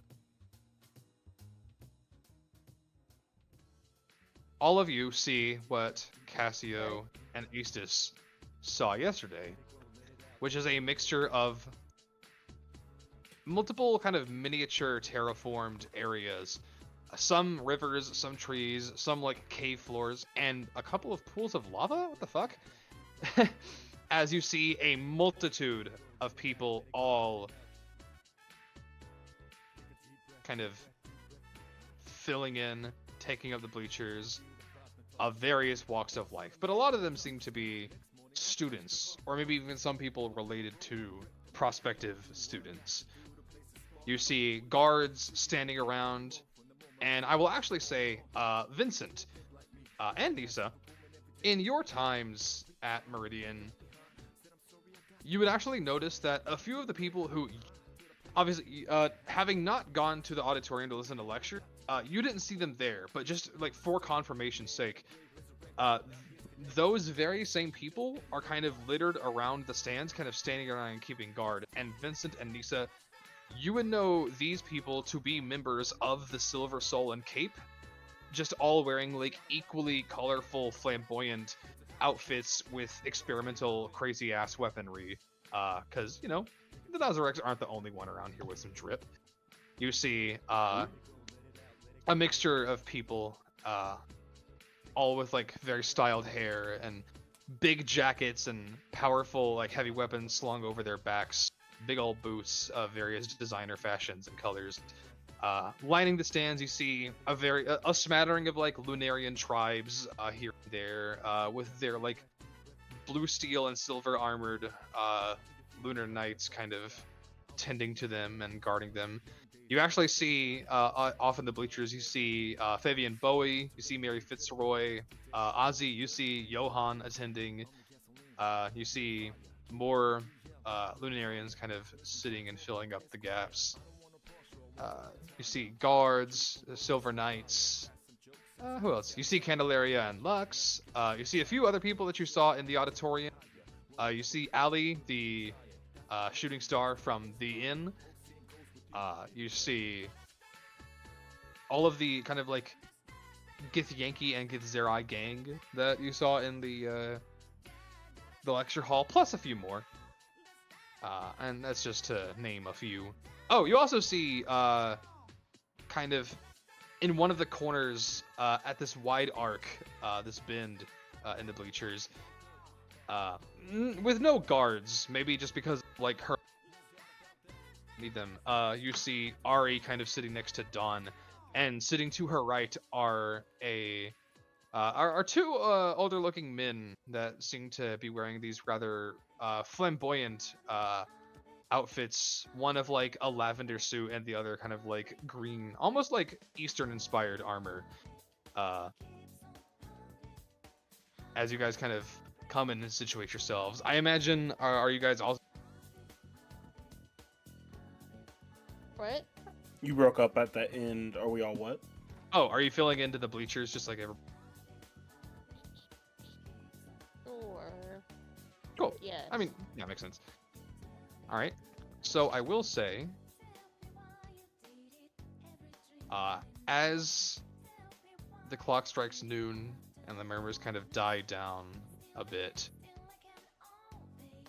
you, Vincent, and Nisa see a familiar face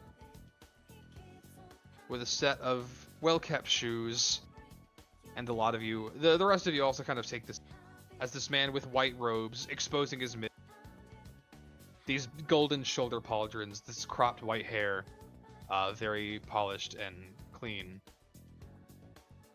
kind of walks in, kind of lifting some kind of magical device to, or really just a magic item to his hand, like some kind of stone with runes carved in it, as he kind of lifts his hand and goes, welcome, welcome, this being Jesse Nazarek, of course, one and all, to my first ever hosted Lunar Night tournament.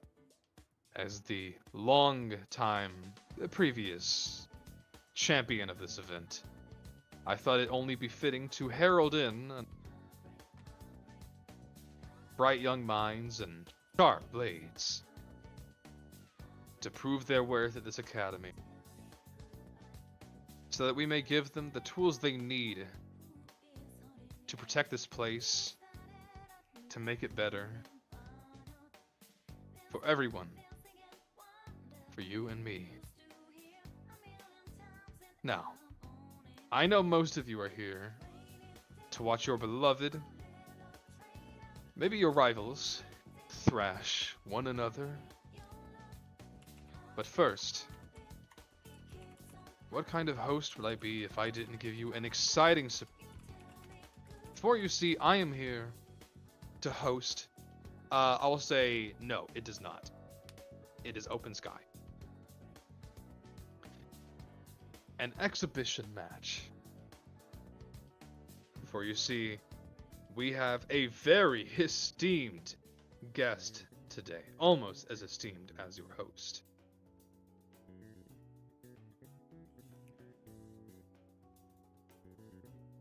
For you see, and he's gonna kind of like curl his hand and point a finger into the crowd.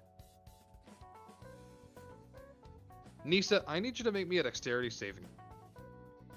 Got you. Fireball. Fireball. That would be crazy work. Oh. Okay. That's 14. I gotcha. Those of you, honestly, kind of all sitting in proximity, you will notice Nisa, as well as yourselves, kind of begin to glow brightly with beautiful golden hues as the crowd kind of around you immediately all start to as what'd you say? You said the crowd around you start to, and we can. Oh, they all crane their heads and look in your direction as you all begin glowing with a beautiful golden hue. As kind of with a big smirk on his face, Jesse says, "Our crown princess has returned bravely to test her might. Amidst her quest for usurpation in an exhibition match against yours truly. Come on down here, why don't you? You and your friends, they can join." I'm gonna stand up. One should be fine. I'm gonna look back at Vincent. Vincent, what does your expression look like? I know you've told me things about wide-eyed, Jesse. confused. He was assuming this was being called out to him, but now that he puts you into the spotlight, he is concerned deeply. As I begin walking, Jordan, I'm gonna cast Sending to Jesse. What the fuck are you doing? He's just gonna kind of grin to himself and go, "Only my job, my dear."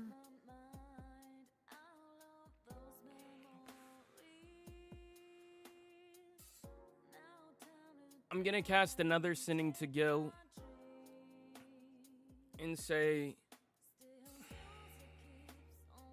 fuck.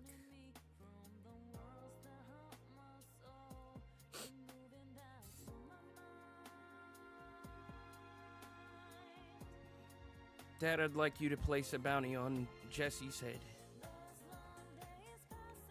Dead or alive.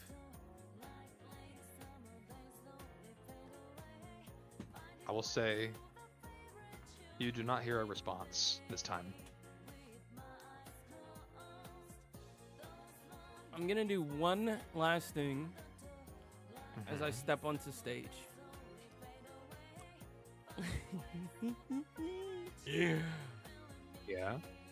I am going to raise knowledge. I'm going to shoot it into the sky.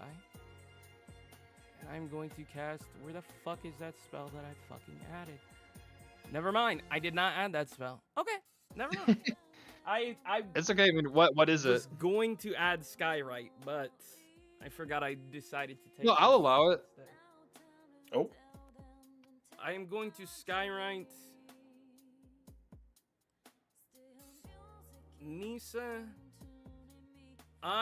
Nisa Azvernashi, proclaim Jesse Nazarick a traitor to the crown. Oh my god. You didn't see it, but I just got a big ass grin on my face. Oh my god.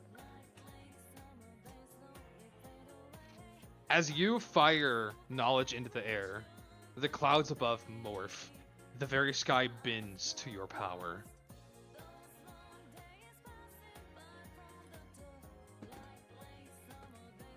Everyone looks up following this flare, and immediately, Vincent, Ozzy, all of you, the crowd immediately begins clamoring around. You look around, everyone is confused as fuck. The crowd is murmuring, shouting, clamoring.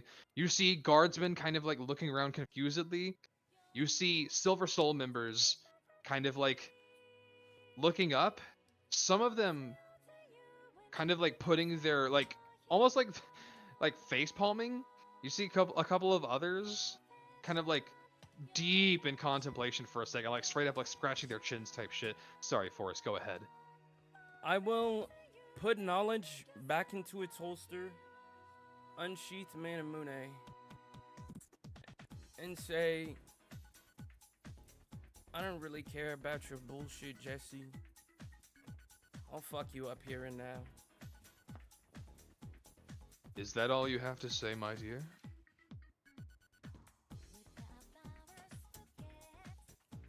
Roll initiative. Vincent runs down, like the second she starts to holster, he grabs her by the shoulder or the elbow and kind of turns her towards his direction. Nisa, what are you doing? He's doing his job, I'm doing mine. I will say, it is up to the rest of you if you... But I will say, before we roll initiative, because I do plan on ending session here,